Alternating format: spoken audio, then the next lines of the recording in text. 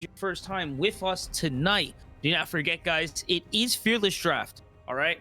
And it is in our Plat, so it is from Plat Gold all the way to top, which would be Emerald for this league. Very exciting to see, and already taking off Mundo and Volibear, two of some of the giant, most craziest beasts in the top lane right now. Braum going to be the next ban following Chrono shift. Gloomblade going to be taking that Varus, which again, that's probably the craziest top range character right now. Chrono Shift going to match that last one with their range ban there, with Jinx last one for Gloomblade coming soon. Where do you think Chrono Shift is going to take their focus for their picks here in the first round, son? Well, I'll be honest, like you mentioned, we already saw the draft. So a bit of inside information there. But assuming we don't have that information, what I expect to see for them is a composition that scales team fights well, mostly because I'm saying that because what's worth noting is that for both of these teams, like you mentioned, week 2, very early in the season, and they're both looking to get their first win of this league. So when you are just trying to, build up a bit of momentum, I find that playing a comp that's safe, that can just allow you to play as a unit, that you train together, that's one of the surest plays success. No need to try and get any single player to do any hero plays in the side lane, and yeah, that's what I expect to see. Syndra, we noticed from Gloomblade, this is a great pick for the one-on-one specifically. I know it's a comfort pick as well from Gloomblade's mid laner, but Syndra has a pretty good matchment to Rise because the way it interacts is usually once you get to around that 1-2 item mark, you outrange Rise quite significantly with the Scour the weak interaction.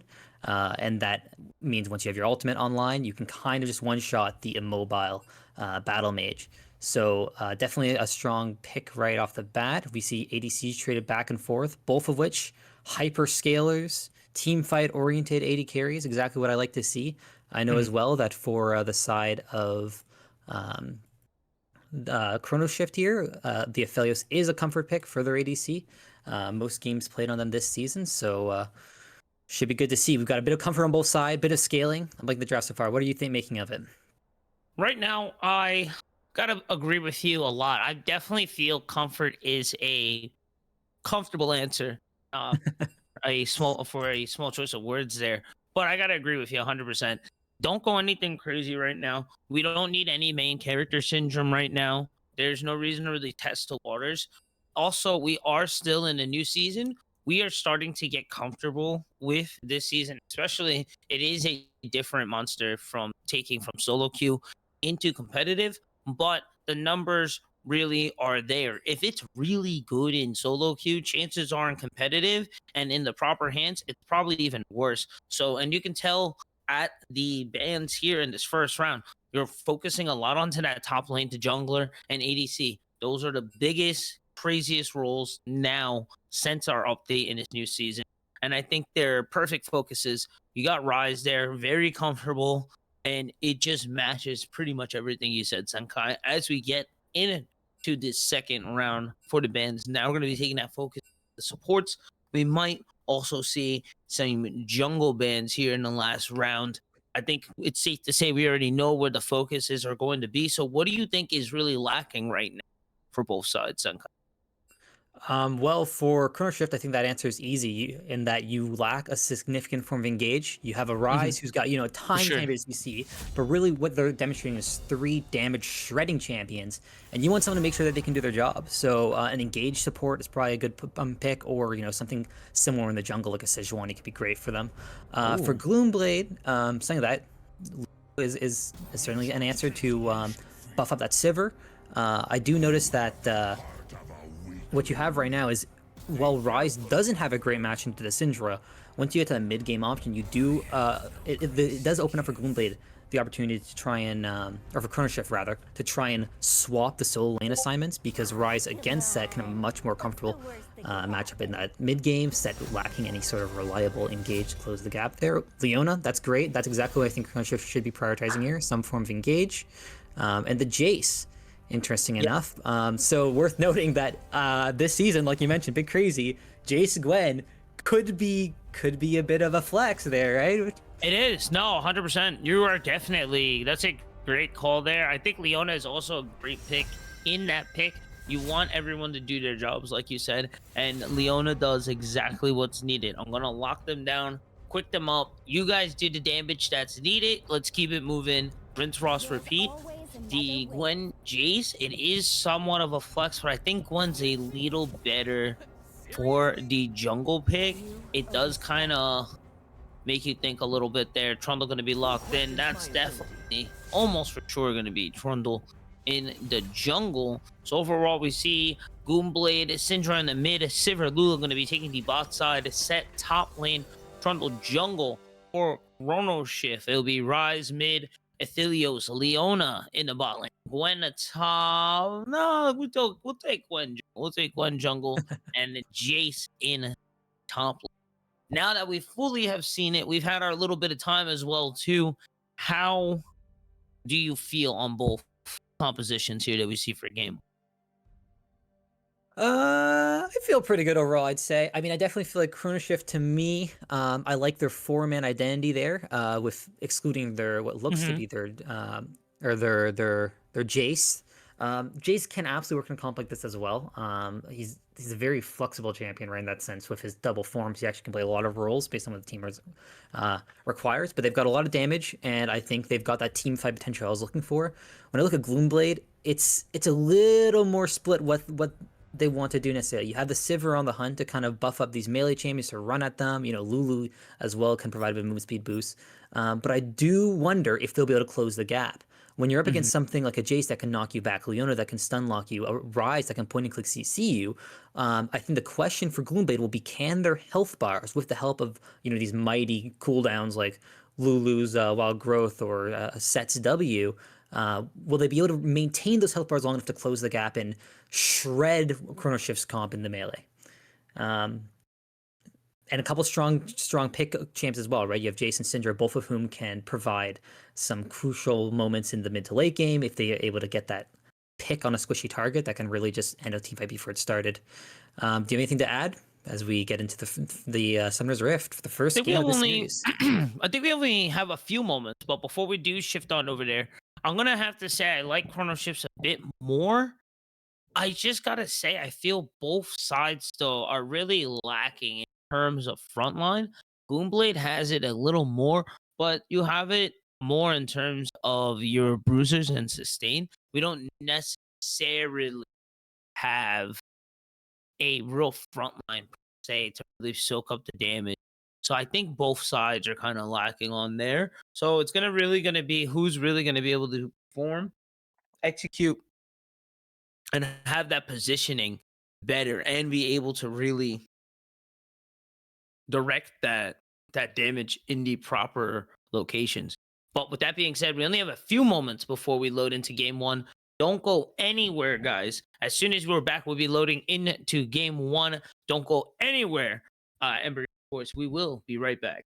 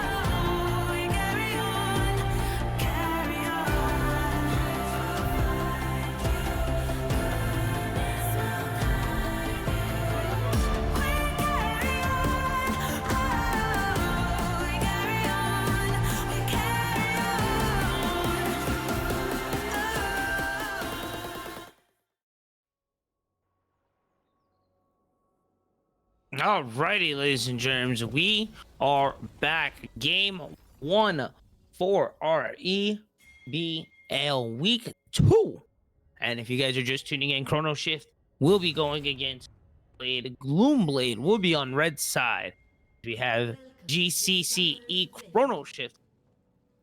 Time, guys have been out on the rift, so everyone is roaring and ready and hungry to perform and show off, guys, tonight. Of course, thank you all so much for being out here. Yeah, notice new season. We get to see home guards rush the champions to their lane, but I will note that in the top lane, Set had a horse. That just doesn't seem fair to me. It just helps a little bit, but I mean, you have a whole hammer, or she has scissors. So, but I mean, honestly, fist makes is the shape for rocks. Rock does beat scissors. Oh, yeah, that's true. Let's see if it helps in game here, as we just start to see the lane start to take a little bit of a hold there. That haymaker gonna be doing a bit of damage, but I want to see that later, because we just saw that level 1. Let's see if she's able to handle level 13 later on. Yeah, bone plating's procced across the board. Lulu and Rise both getting that cooldown out early. Lots of trading actually across all three lanes. It's a very aggressive early game for the laners. We'll see what that means. Notice Trundle is actually a bit of an invade, punishing the Jace for daring to pick a champion that can't immediately punish that. We'll see if it's noticed on the side of Chrono Shift.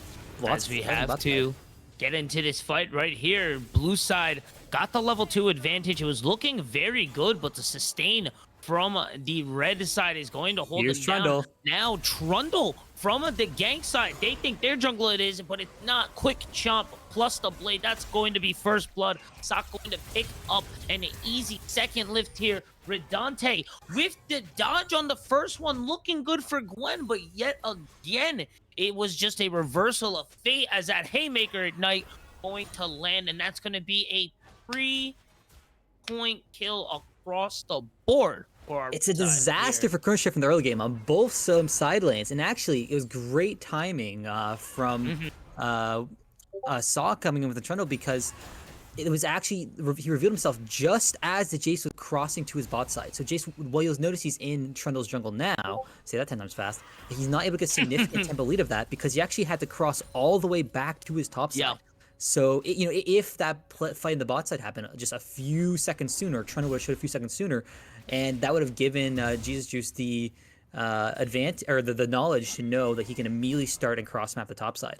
As a result, you'll see that Trundle, of course, being behind on tempo, having to make that play, is actually not losing much. He's actually going to be even on farm. He's going to get the crab actually before Chrono Shift's jungler. So he's actually up on tempo with a 2 takedown advantage. So great start for Gloomblade's jungler.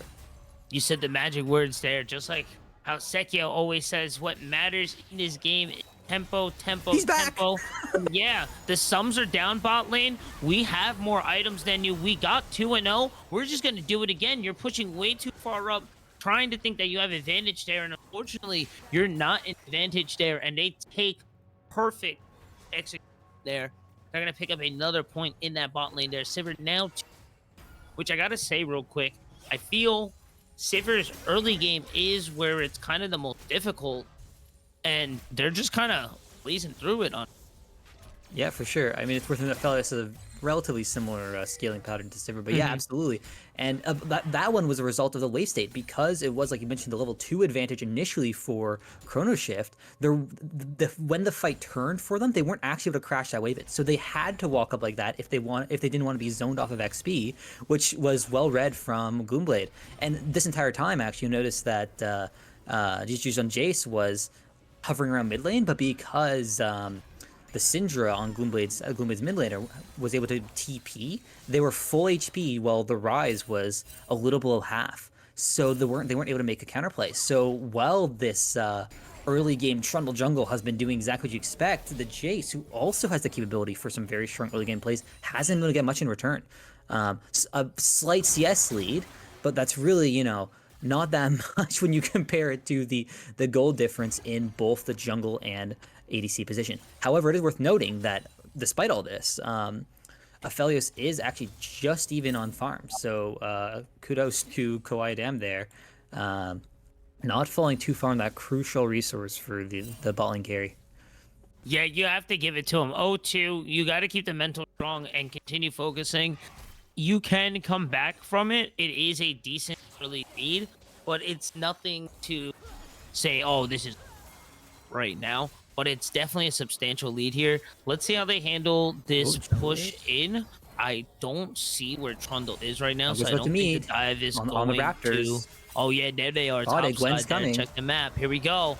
Big, excuse me. Big pillar there is going to hit Scatter the Weak, going to land as well, showing off her power. Char is going to force Jesus Juice down to about 10%. They're not going to get killed. Yeah, you know what I love to see? Recall there. I love to see that while the Chrono Shift's top laner lost the 1v1, they are up 15 CS, meaning they're actually up on gold. So, and it was because they were able to get that push, and they've actually been slowly winning out on the wave state. They were actually able to get the first rotate there to support their jungler, which in conjunction with the Realm Warp from their mid laner was able to ensure that even when the fight didn't go exactly the way it wanted to, there wasn't a kill conversion for the Trundle. That being said, there is level 6 now, so that Subjugate coming in might change that up the next time we're in a similar situation. We're gonna have to see, and that scales later. Later during the game as well too, as we do start to see we're going to have Ocean Drake going to be the first Drake. It's been spawned for a few moments here.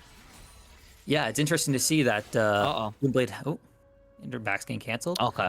It's been interesting to see that Gloomblade haven't actually been able to convert their early bot lane dominance into an objective. And you notice they were actually thinking about resetting there. So clearly they're planning something up. You'll notice that their mid laner is rotating bot, so maybe doing a cheeky lane play. No, they decide against it, pathing back to their lane. Oh, wow. But it looks like they're getting control for Dragon. And as you mentioned, top lane top lane solo kill.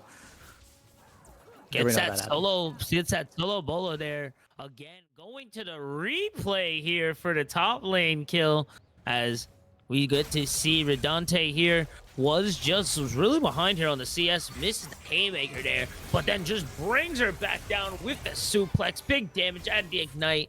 You gotta respect that set. Damn it. You get too close. It happens. 1-2, good night. See you later. Yeah, as you said. Meanwhile, Trundle continues to smack this objective on his own. Oh, yeah, he gets that. No vision.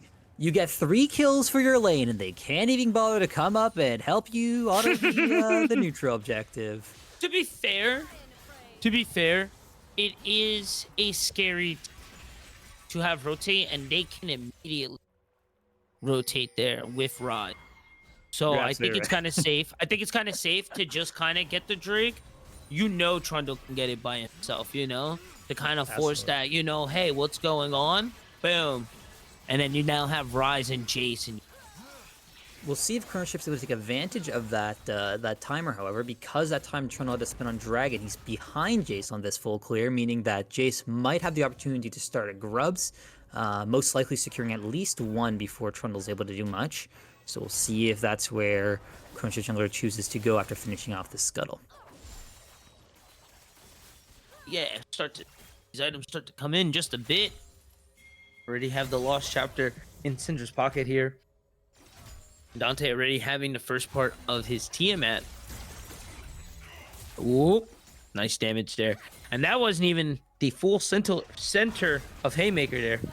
As we do get over to the center there, Frost in danger. The Ghost going to be procced, but still going to get picked up there. Fiona trying to help the homie out, but unfortunately not going to be able to keep them afloat here, as you start to see the Void's going to be picked up there over by Jesus Juice at perfect timer. They already have 1 to their name. Redante very close. They trust the top laner to do the work there, being able to finally pick up a solo kill themselves, and then a full Void Grub is going to be secure for the side of... I'm So not I too think it's a good call of Gloomblade not to fight that one there, considering really. the support rotated up. So we'll see what Okay. advantage they're going to be able to trade on the bot side, considering they are in a 2-on-1 situation at the moment until Leona is able to get back to their home lane to support their ADC. See, I was the opposite on that one.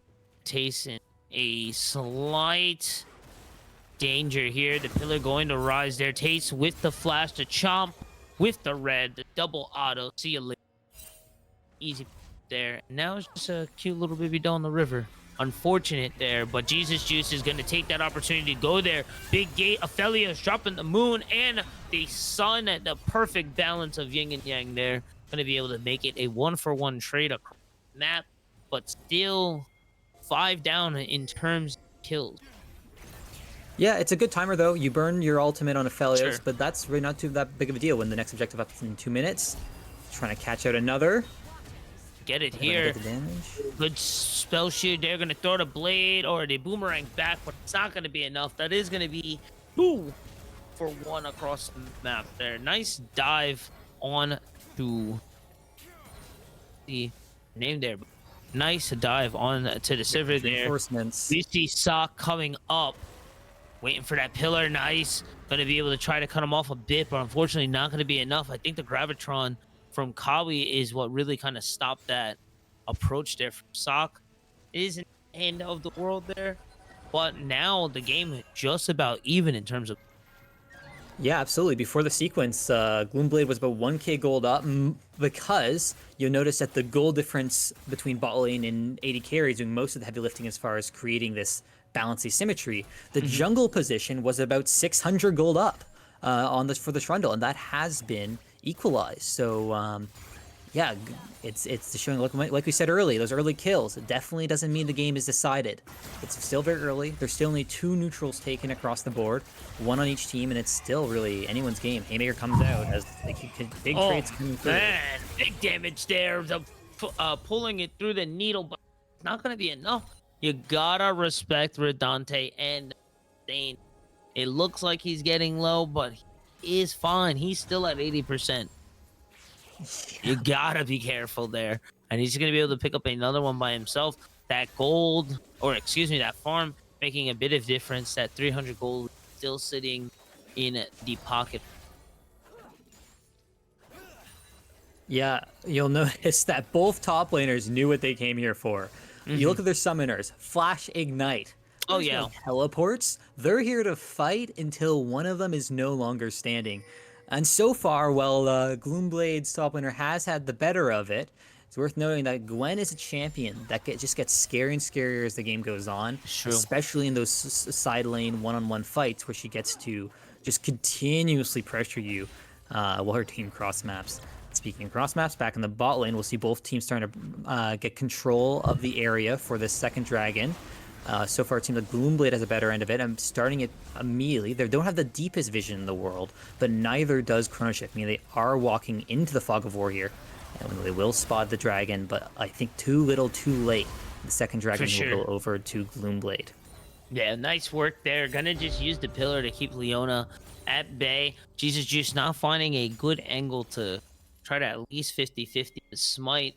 And they're just going to have to continue moving on with that. And that's just, again, that kind of comes from that early game that GME was able to get. And, oh, we're still going to get some fights here. Nice reversal here from GCS. It's going to be a crazy dive here coming from the jungle side of the wall here. Sock at 10%, fearing for their lives right now. I don't think they can pursue after. Haymaker. As we do see, there's Taste. Like you mentioned there, later the game gets, the worse it is for Gwen in terms of scaling.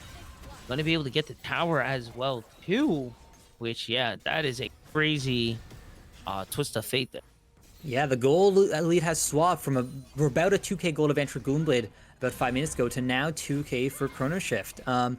Yeah, obviously the top lane's going back and forth, but I just like to point out that just as I was about to say that Jace can't walk up to contest that easily because the Trundle just pillars and he's a squishy champion, he can't walk up. He shows why the pick is valuable as he range form combos just about one-shots the Luma from full HP. Absolutely absurd damage coming out from this pick, and you see why it's become such a staple of pro play at the moment. 100%. I honestly am glad we do have defeated this draft because could you imagine having just to deal with that chase like that? That Yeah. just looking forward, 100. Yeah, this season has been actually a very hectic, very chaotic. A lot of things, a lot of theories still going up. Hmm. Which I gotta say, for being as long have I been playing League of Legends, I'm thoroughly in these new quests and these new openings. How the game kind of goes, it gets explosive kind of from the opening. Like now, it feels like 90 Ooh, seconds in that big clip. opening matters. But here we go. As he does separate himself here, Redante not going to be able to secure that 1v1 there. The reinforcements for the side of GME just not going to be able there. Frost now showing off that chaos magic, going to be able to get the QEs off, but not going to be able to fully lock down Shard there. Cooldown Yeah, just from that big two-man rotation. solar flare coming in there, Oh yeah. ensuring that that play really is uncontestable for Gloomblade. It's worth noting that the first item completions are done across the board, with the exception of said Leona.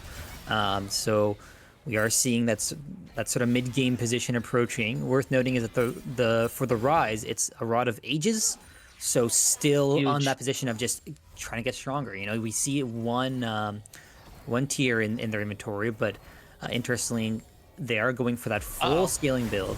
Potentially going to go for more later too. Nice dive here. Gonna be able to get the pillar, the frozen domain as well too. Gonna be making quick work of Aphelios there.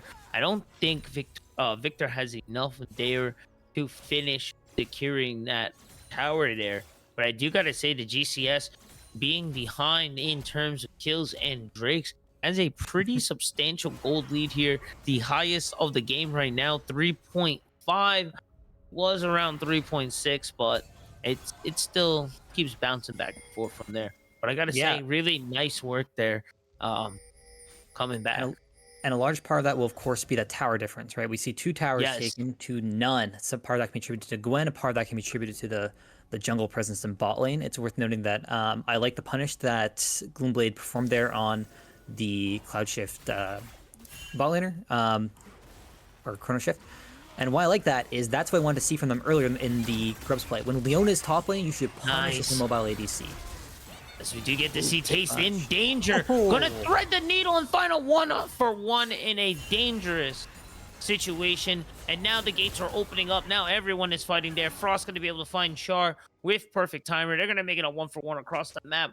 Drake will be up in the next 30 seconds, as we do have still we're still under 3 minutes for Yeah, Baron. really well played from Taste there. The flashing, the crucial damage spell, able to trade the 1-for-1 and get their team the advantage across the map. Also worth noting that you were mentioning changes in Uh-oh. this new Here we season. go. Well, how about Dusk and Dawn, which Oh, just yeah. recently purchased for Gwen? Such an evil item there. But I do mention and say it is an evil item, as I do enjoy it with my Taric top. I know, I know it's crazy, but you gotta believe. You gotta believe. I can see the Yeah, vision. you gotta believe. You gotta believe. As now we get to see GCS rotating over for the Drake, using that Rise ultimate just a few moments ago. Not gonna be able to find much from the ult, but was able to apply a lot of pressure there and allow a pretty free rotate and stop that Soul Dragon point there for the side of GME. Yeah, We bit kinda- concerning if you're GME. Oh, yeah. The tides are shifting, and this does deny you that the earliest possible Dragon Soul to push for an early end. You know, Jesus is in that ward, or sitting in that bush, sitting on that ward. The pillar is going to go up. Perfect Dimer is going to stun out that Trundle, allowing him to escape. And now Taste is going to be the next target on this Troll's plate. Let's see if they'll be able to get away. The Solar Flare going to land on to Sock, and he's just going to have to sit and take it, as Taste going to cut him up and find themselves Troll dinner there, as Redante going to match that and be able to find a kill again on Rise. Yeah, and you have to ask yourself, who is going to match this Gwen now? They're starting to grow stronger than the set, and you can't really expect a champion like Syndra. Depends on this long-range cooldown to combo off to stop the Gwen through her immunity, right? So I expect we'll see Chrono Shift's top laner to exert tons of pressure, which of course makes the rest of the map easier to play for their team, even if they aren't necessarily present themselves. And that they're working on their third item. They've got a Dark Seal. I assume that needlessly large rod is going to go into a Rabadon's death cap, and I don't expect either Set or Trundle to really have the damage to a 1v1 be able to take them on anymore. Yeah, I don't know. I'm gonna have to agree with you on there. This gold lead starting to spread. It was at 3.5. Now at an extra 1,500. It's now at 5K. Taste unable to go wherever they want, and yeah, I don't know who can challenge. Excuse me. I'm not sure who can challenge Taste on their own, and I don't know how many it's going to take. Looking for Rise. They have plenty to take their bot side for Gloomblade, which, while nice for attempted picks like that, is a little problematic when if you look at the neutral objectives up, it's Baron. And when you look at the vision, it's entirely Chrono Shift's control as they catch out Gloomblade's top laner. We'll see if they try and rotate this into a Baron. I wouldn't be surprised if instead they just go to push for this tier 2, since it's a little bit safer of a play at this juncture, and they're just getting picks across the map. Oh no. That's the last thing you want to see there. Now that 5,000, now that 3.5 gold lead nearly doubled here as it all rises. It is going to rise to 7K. The Rift Herald going to tackle, find some plates there. There it is, doubled within less than 10 minutes. GCS has the tempo. Jesus just going to get onto a rampage. Finds the kill on Sivir there. Another tower falling again. An extra 600 in the pocket as you finally see Sock being able to pick up and kind of slow the brakes here. But Taste going to find that inhibitor, first inhibitor of the game. May die for it, but I think that is definitely worth it. Oh, look at this Gwen's damage. And yeah, Gwen going to able to make it happen with perfect timer. No way. It seemed almost over. It was going to be a worthy kill, but now it's going to be a +2, +4 towers across board there, and then now a near 10K gold for this. Of course, it's a great play for Chrono Shift. The gold lead speaks for itself. But I would just like to point out that I think from their jungler, we see a bit of over-aggression. When you're in such a game state, you don't need to flash forward under tower in front of their jungler to kill their ADC, right? Let the kills come to you. And you saw as well that the perfect tower or timer was trying to help to bail them out, and it's plays like you have to watch out for. When you're in such a dominant position, you don't need to take the high variance plays. You can afford to just take it slow. You're not a comp that gets outscaled. So I highlight this just to show to any Gloomblade believers out there that this game is in a very bad spot. It's exactly plays like that can allow your team to make that miracle move. And even doesn't happen this game, that's certainly something to look forward to for the rest of the series as well. For sure. I mean, honestly, it looked good. I already like I was saying, I was like, that's worth myself playing top worlds, getting all that value there and kind of falling and getting the attention of 2 while mid is getting pushed by the rest of the teammates. It's not bad, but be able to turn it for +2 after all that, you can't especially kind of falling behind in, not really necessarily falling behind, but losing those 1v1 trades in the top lane. Ooh, we got a bit of a scouting mission there, Astus. Oh yeah, deep behind enemy lines, doing their best Teemo impression. But that will be the second dragon for Chrono Shift, in what continues to be a tightening stranglehold on this game. Really, they have Baron buff, they have their Gwen. All it would take is one decisive team fight here and to move the series to game 2. Yeah, honestly, 10K gold lead is a difficult deficit to come back from. It's not necessarily really fully the end of the world, but it is really hard to come from. As we see this tower dive and comes in. Also, beautiful ult here from Rise as well, too. The Haymaker going to put on some damage. Sivir going to be able to find a trade. 2 for 1 right now for side of GME. Did they take more more than they can chew, showing off that power to scatter. It's going to be the triple kill there for Char, showing off their power and positioning there. Case now the up. They can set their sights, hopefully be able to do something even before falling. Yeah, here I just like to still say a this. 9.7 gold lead. It's a 10k gold lead, but where was 5-6k of it on your Gwen, and where was Gwen that fight? The bot side. That is true. When you're going that deep without such a commanding member on your team, you have to expect for this sort of counter to be possible. And as a result, the Baron buff will be mostly dissipated across the board for Chrono Shift, and this game a bit of a breather, not a big one, Yeah. still a 10k Yeah, gold yeah. difference. But you know what? At least now, when you look at the bottom of your screen there on that gold differential, at least one of the 5 bars is red, and you know that's a world of a difference. More impactful for your team than when it's 0. No, I'm going to agree with you 100%. And that was beautiful positioning there over for Sivir there, keeping themselves afloat. It's a scary position to be there. And again, it's a mental game as well, too. As long as you can say, hey, look, there's a chance we can keep ourselves afloat, find a way back into the game, and get a 10 gold lead shift fight to win or to land for our side. You really can't ask for much more there. They're gonna have to do it a few more times.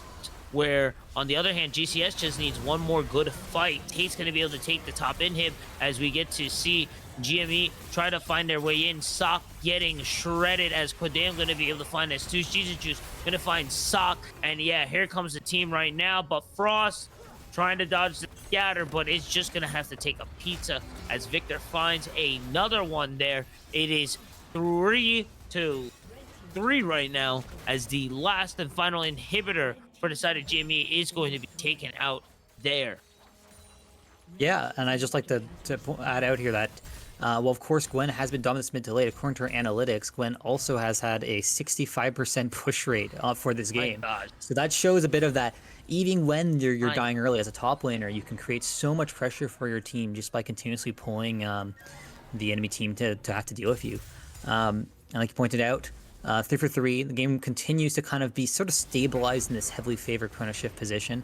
It is worth noting that when you look at summoner spells, a lot of flashes burnt for Chrono Shift in that last fight. Oh, yeah. And if you give it about another couple minutes, some crucial ones, set for the Haymaker play, Syndra for, being a ranged carry, will be coming up for Gloomblade. So we can expect perhaps that they'd be able to leverage that if they're able to delay these neutral objectives for long enough, because I don't expect them to be up on spawn for this Dragon and Baron in a minute and 20 seconds respectively. Yeah, that's a really good point. Make out here, but with the inhibitors down, it's going to be kind of hard to kind of gather ground. So much ground lost side of GME.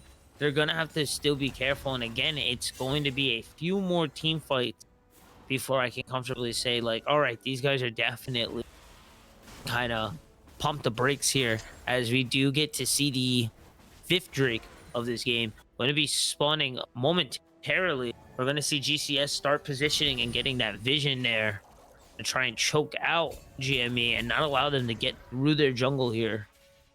See the dust start to come out there. Vision. I also like to say it's 4 items on Gwen with a Seeker's Arm Guard, which could be a crucial cooldown for set Haymaker.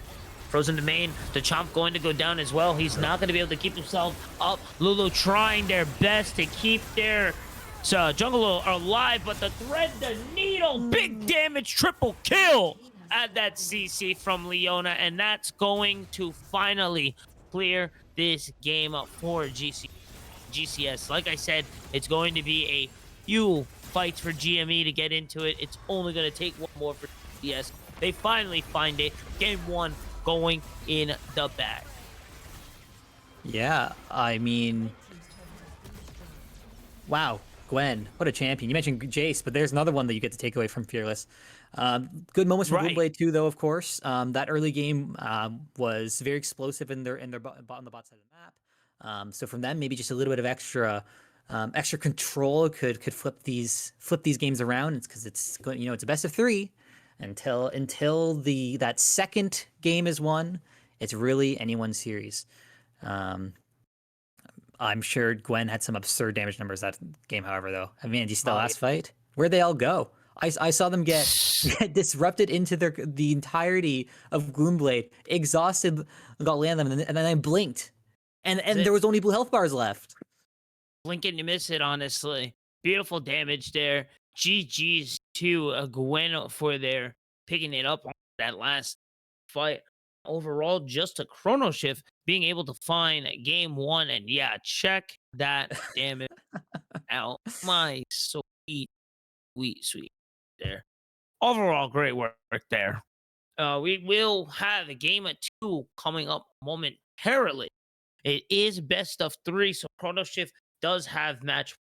Does Gloomblade have something on the drawing board to come up and stop Chrono Shift from finishing this week with a 2-0 lead? We're going to have to find out as we have draft picks and bans coming up after our break. Don't go anywhere. We'll be right back.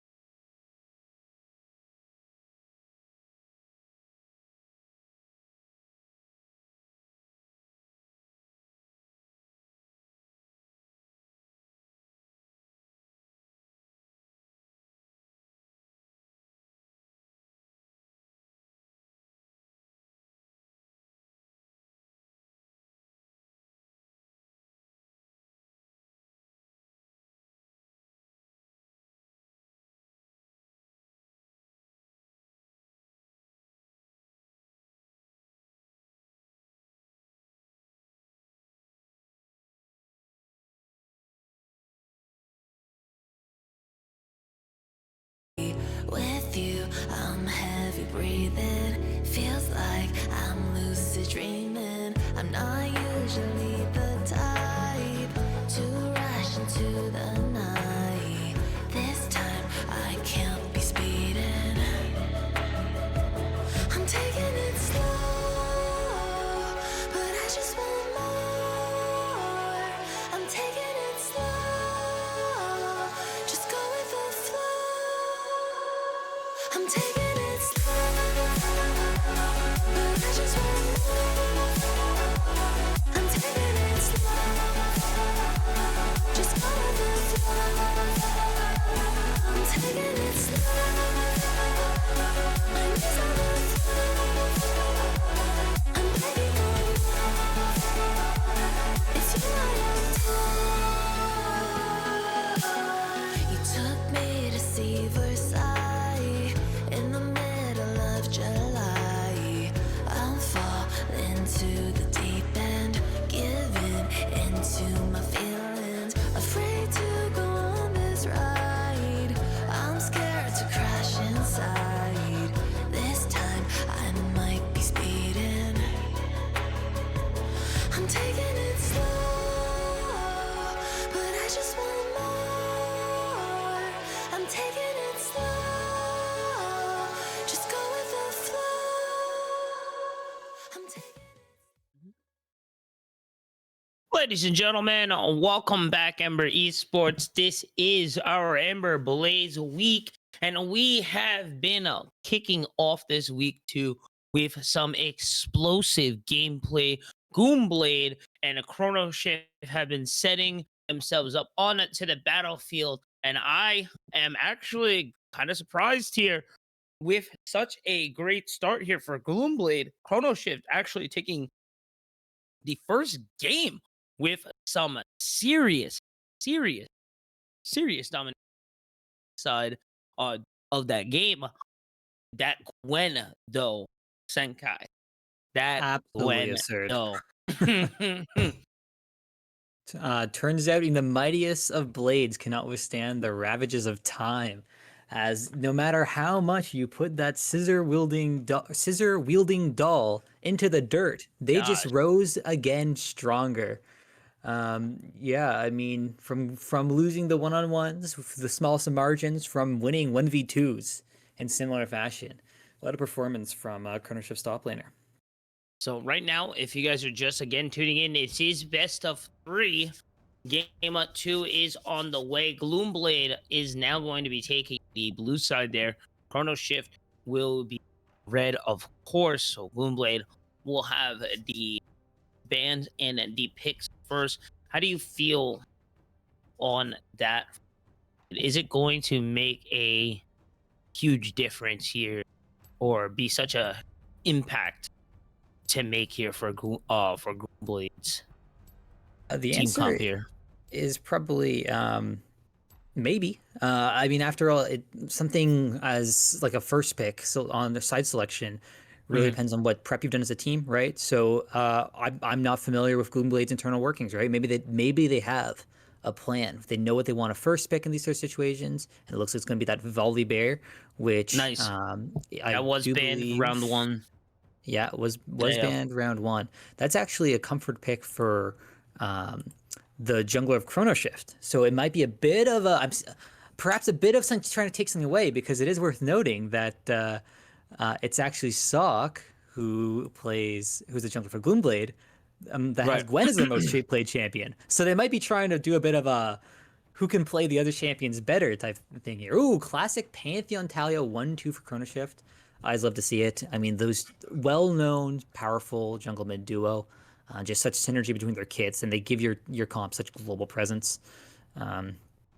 That being said, it is worth noting that Volibear is unstoppable during his ultimate, so there might be an opportunity for the Stormbringer to punish the Talia pick at some point, but of course, it's far too early in the draft to tell for sure what sort of support the Volibear is going to have in the mid lane to enable such a play. I like the movement and the mobility there, just a global presence in Pantheon and Talia. I love Volley Bear though. I will be biased for my bear.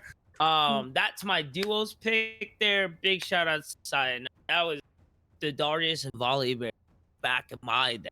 I always enjoy Volibear gameplay. Overall, though, with that first round done and being said, I like where Chrono Shift Talia, strong, great pick there. Pantheon as well too. Also, like you mentioned, Zenkai, it is a flex pick, but I think it's kind of safe that it's most likely going to be Pantheon in the jungle, Talia mid lane. But like you said, it is a flex, so you never know. So you have to you got to be on your toes, and you have to keep Warrior. So I like that. I really do.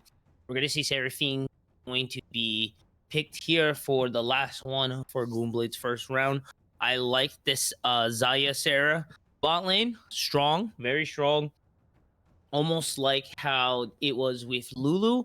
But I think Seraphine brings a little more utility with the Encore and the downbeat. And it seems that Chrono is going to lock on that Scion. Again, another flex. But, you know, if we're betting, if we're gambling a little bit, I think Scion's definitely going to be the top laner there. Overall, there, a steal, not... It is global, but I wouldn't. Would you consider Scion's quote unquote global? Doesn't really have global, but it is global. You know?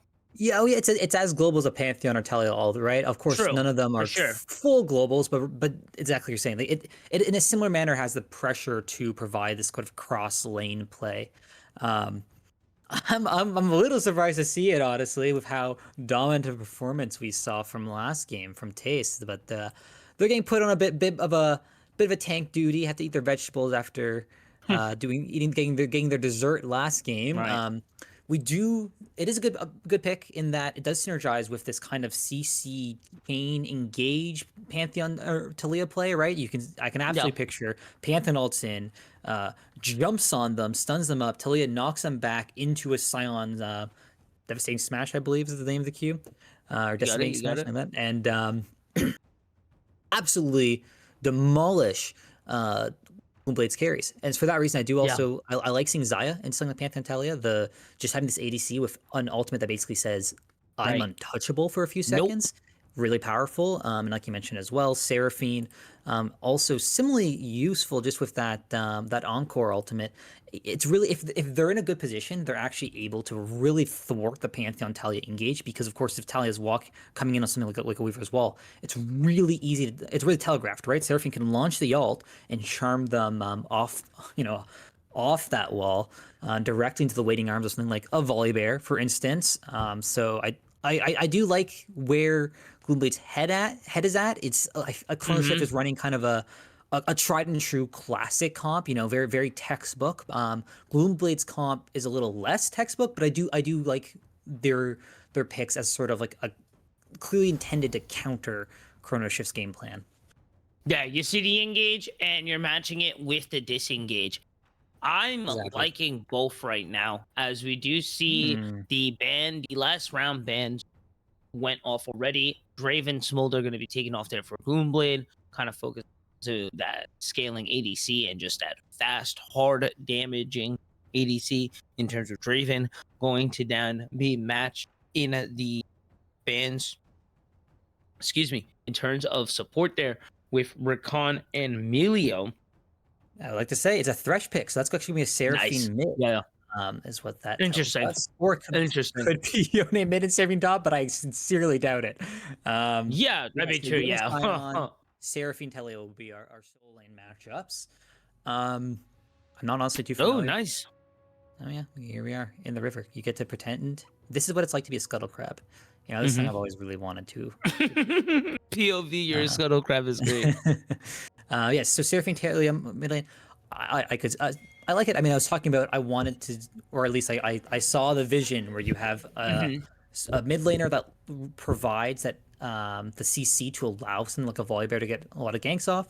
So we'll have to see how the Volibear Seraphine duo pairs into Pantheon and Talia.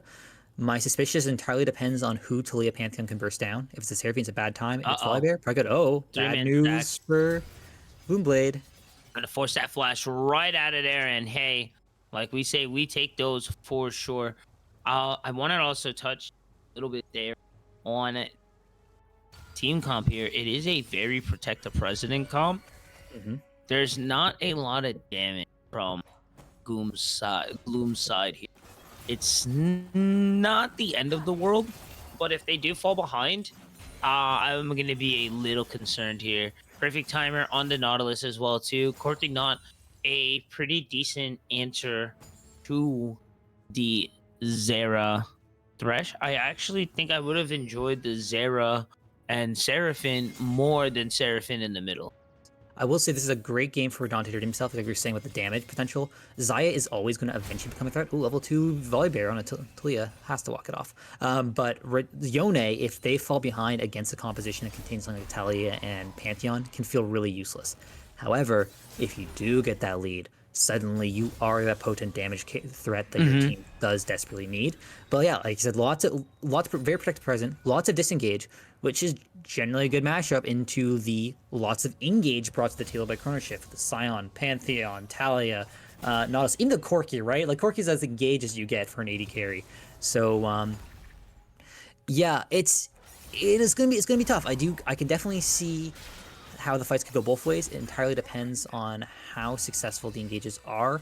I think Zaya's ultimate is going to be incredibly crucial cooldown to keep track of for both teams, as it is her most reliable form of self-peel, of course. And if they're forced to over-engage into that, the Feather Call back can shred the entire team. Yeah, heavy trading in the top side, but nothing lethal just yet. TP coming out already for Gloom, and Talia is able to maintain her position in lane. A decent chunk of resources we can see on that health bar, and that same cannot be said for either of the top laners.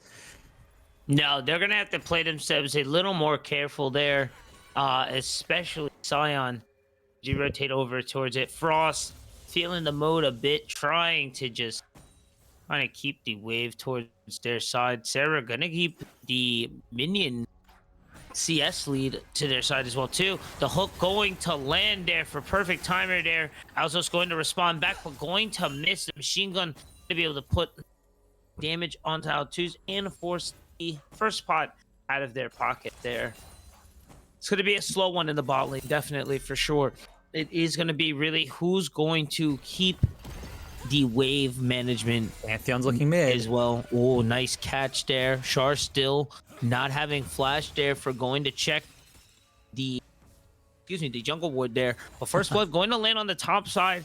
I kind of expect it there, as Tate's going to use the passive. Does he get it from Redundant? Oh my gosh, he does. 1 for 1. Wow. Can't underestimate a Scion in passive. Yeah, it's worth noting that was a split map, so like you're saying, it's slow bot side, so Pantheon wasn't getting much done there. They thought about recalling next to Gloom's Raptors, but actually canceled it to go make that mid play. Pantheon and Talia is such a strong duo, but what we saw was that play didn't go well because Talia already burnt her cooldowns earlier in the fight. So when Pantheon landed the W, that shield bash, there was no follow-up to one-shot Seraphine, which allowed Seraphine to live at the expense of her flash. That being said, we see here in the replay exactly how Volibear looped around onto Taste. I like the rotation here. I think he's going to have to use his flash. He took a lot of time on. Yeah. Oh, there it is. He finally takes it. Big flash into the stun, the double knockout, double slice. See you later. Look how far back he was. Right, so, and he's like, this is fine. And he's like, oh, I'm not worried about the passive. And then he realizes he should have been worried of that passive. So, I like how far back they were, honestly, for the E, because it meant that Sun was not expecting that play. You saw, however, yeah, like, you were so far away, you absolutely could have just walked backward and waited it out. So, bit of recklessness perhaps punished, but of course it's still 1 for 1. Not the end of the world for either side. Big trade happening bot. There we go, the big stun going to do, but hey, there's the lantern. You love to see it from Thresh, but as Two's taking a lot of damage, and that is going to be, oh, they still have 1 pot, so I think that was the biscuit there. Gonna have to be a little careful there though. Yeah, especially with flash now burnt for the Thresh. Taste coming back, not with the Dormail, but the middle part of it there, the Bramble Vest. And so, yeah, gonna kind of use that armor and kind of start bullying in the top lane. I'm kind of still in shock of how silly that was there. Fair enough. Level 6 as well, too. Yeah, level 6 on, but because the Brown Vest purchase, it's less reliable to be able to proc the Demolish that I assume they are running. Ooh, big damage.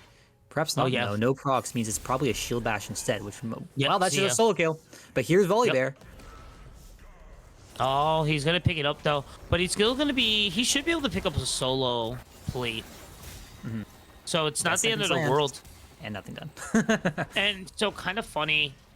I like that you caught that he had Shield Bash. So once you complete the quest, you get the upgraded teleport. You get the other upgraded TP. And so when you get the upgraded TP, when you teleport out of top lane, you get a huge shield. And so if you take shield bash over demolish, then you can just kind of cook and do tons of damage for free. Speaking of tons of damage, though, machine gun, let it rip. Gonna find the hook yet again. Does perfect timer ever miss? We shall see. Gotta give it to Victor, though. Gonna be able to keep Aztus and each other safe and alive. Feeling a lot of pressure, but having that clean 0 KDA amongst it all. That's the punishment for Gloomblade, because Volibear had to stay top there to punish the Scion for killing the top laner. That allowed Chrono to pick up the first dragon in the game and create all his bot lane pressure, but we'll see if Volibear... going in. Gonna find it yet again. They might be able to get this 2v3. They are very low. Victor, no mana. The hook going to land. The flay as well. The tower shot not actually underneath. I think perfect timer walked up to take the aggro there. Now they're going to have to walk away from this and kind of give up this wave and this plate. Sock was low, but you got to respect that. Turret, I think they did, has the Valkyrie. Bashar on the rotation, the big double time plus the charm. See you later. The hook not going to be enough, as Sock going to follow up the Q splash long downtown 3-point. Go to Rome over for Sarah. I was concerned Sarah to be in the mid lane, but hey, being able to out roam Talea there, well. Yeah, for sure. So because of that top lane pressure, the Gloomblade's bot lane was at such a low, such low resources that they weren't actually able to support their jungler in the 3v2 there. But just a bit of an overstay from Chrono Shift gave Gloomblade time to rotate all their resources down on bot lane and have that Seraphine in a bush to secure the double kill. And a great reminder to anyone playing against a Seraphine that Seraphine's Q does missing health damage, which is why even with the Nautilus shield coming off cooldown there, just the one Q was enough to finish off the double kill.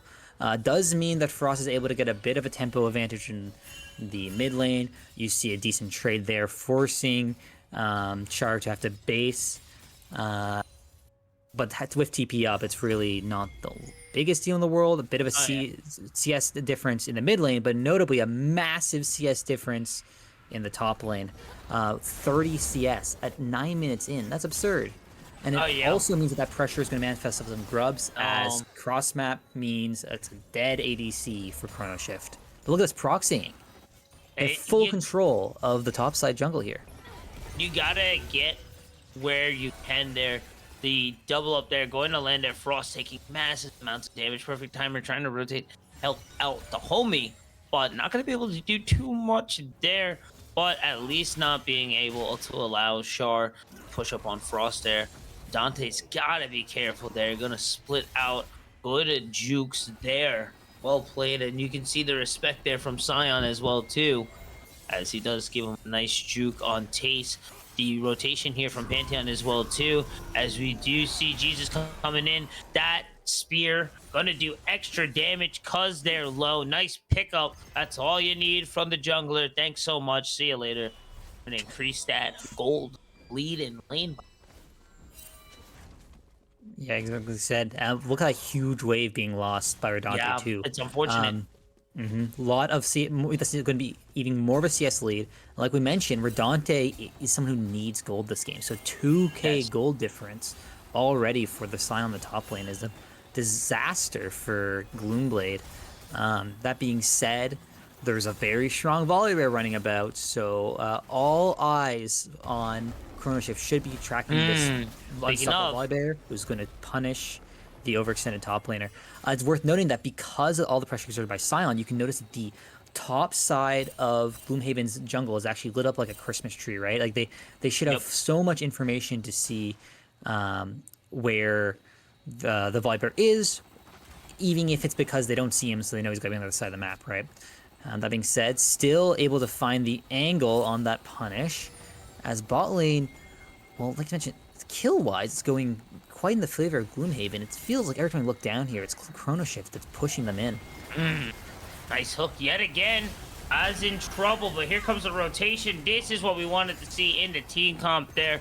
Victor going to feather dance their way out, but the hook, grab, ask, and you shall receive maybe one. We're gonna get two. Perfect timer with the perfect flash. Going to make that a clean 2 for 0, and now Sock in a very dangerous situation. The 4-0 Volley Bear, no ult, but is going to be able to find one, gonna find two, gonna find three, and going to find four. There's no way. Call him Jin. That's going to be feeling some kind of way there for the side of. I would just like to add that currently, the Sock has 100% kill participation this game. Oh, 8-0-2. Really? With a 10-5 scoreline. Absurd performance from Gloomhaven junglers. Yeah, I mean, it was great synergy from Chrono Shift right there, right? The Talia able to push the Thresh into the Panther exactly like to see, but they greeded, right? You should know the Volley Bear is a strong member. He's a Volley Bear. He's not really at 20% HP. He's actually full health. That's right. So, you're right. Right. I can understand why they did it. You're still so strong, but of course Seraphine also had the time to rotate over and just absolutely through the gold lead. I mean, it's still 500 gold for Chrono Shift, but before that, it was like 2K.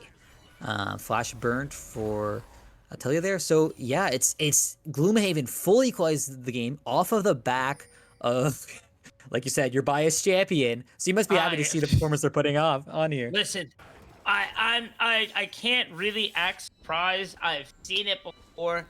This season is crazy, man. It's insane. I've been in that situation before on both ends. You see him there, he's by himself. There's 4 of us. There's 4 of us. Surely we win this, right? And no, not even close. Yeah, said it, and I said it earlier too. 20% they're full health. I saw it with the no ult, the no flash. I thought it was pretty good. Nah. So and now, yeah, 802 Volley Bear, but there's a larger gold difference on the 3-3 Scion because of a 40 CS gap. So we'll see what changes when this mid to late game situation. Boston Ox is that indeed. We'll see what changes in this mid to late game situation when the top laner is unleashed for Chrono Shift as 10 seconds for the 3rd dragon in the game, and we'll see if they decide to rotate Taste over to try and lever their own gold lead on the map. I need you to look for the shield bash damage. What we're gonna do, I feel like it's gonna be around dragon. He's gonna TP in, he's gonna W, and he's gonna walk to like Seraphine or the AD, and oh man, oh nice feather dance there. Oh, they're going to go for the dive there. Sock going to negate some of that tower damage there. The CC isn't enough. It was enough to keep Kawhi alive, and Altus is going to get Sock out of that danger zone right before the timer for that tower started to go down. Taste is just going to take their time and find that train and get that solo bolo yet again. And then they should be able to get that tower there themselves. That's going to be, if they do, that's going to be an extra 750 gold in pocket. Well, so what I'd like to highlight for that bot lane fight is that the Xayah Feather Call hit no one. It was properly dodged by every member of Chrono Shift, meaning they weren't actually able to get that big burst that Xayah is able to perform with her either. Ooh. Bailey missing the encore. Pantheon's looking. Trouble. Nice stun there. And yeah, 1-2. See you later. Night. Go to sleep. To be able to use the voids there as well, too. But it's and too late. Yeah, nah, he's not gonna get there in time, unfortunately. Is he gonna take his blue too? That's disrespectful. Looks like. Yeah, oh man, full map Oh, he control. from does. Chrono He Shift. does. He does. And it's kind of silly because now, you know, as a jungler, you're like, oh, I gotta get my blue. But look what Frost is doing. Frost is just getting the time of their life, pushing out to it. And twos, that's your biggest player right now. So you're gonna follow what Sock is. Did Jesus take more than what they can chew? Weaver's Wall gonna come down as well too, but now the hook for perfect timer. Now we're going to take Sock's aggression and take it and make it +1. Char gonna TP, try to help the homie, and now he's just gonna make it 2 in the pocket 3. Thanks so much. Later. Great Weaver's Wall there. It blocked Yone's E, forcing the Yone to ult to get over the wall, hitting no one just to be able to participate in the fight. So the ultimate single brought Talia there and completely negated any of Yone's impact on that fight. So yeah, really high impact spell there. Also, I was a little disappointed to see, I'll be honest, the Nautilus auto attack the Thresh, and they're on their own, and I was expecting a support 1v1, and then the Nautilus walked away to, you know, help their team or whatever. So anyways, but yeah, whole map, complete map control for Chrono Shift. They got the dragon. They're getting the Rift Arrow. They're getting the blue buff.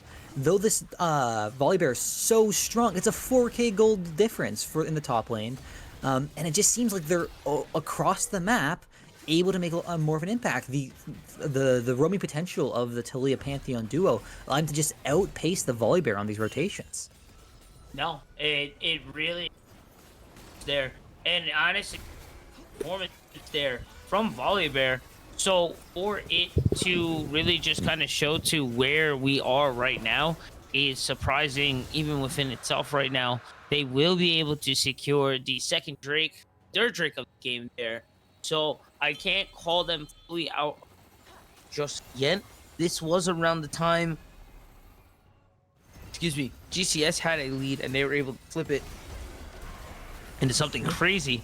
Pantheon is one to kind of fall off a bit, but Sock really feeling the mode right now. 20% on the run. I don't know if they can get away.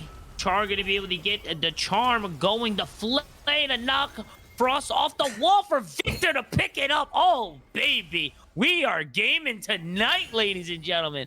They are here. Oh, here it is, the TP. Big shield. Oh, he missed a hit already. Look at that shield. Please hit somebody. Oh, my gosh.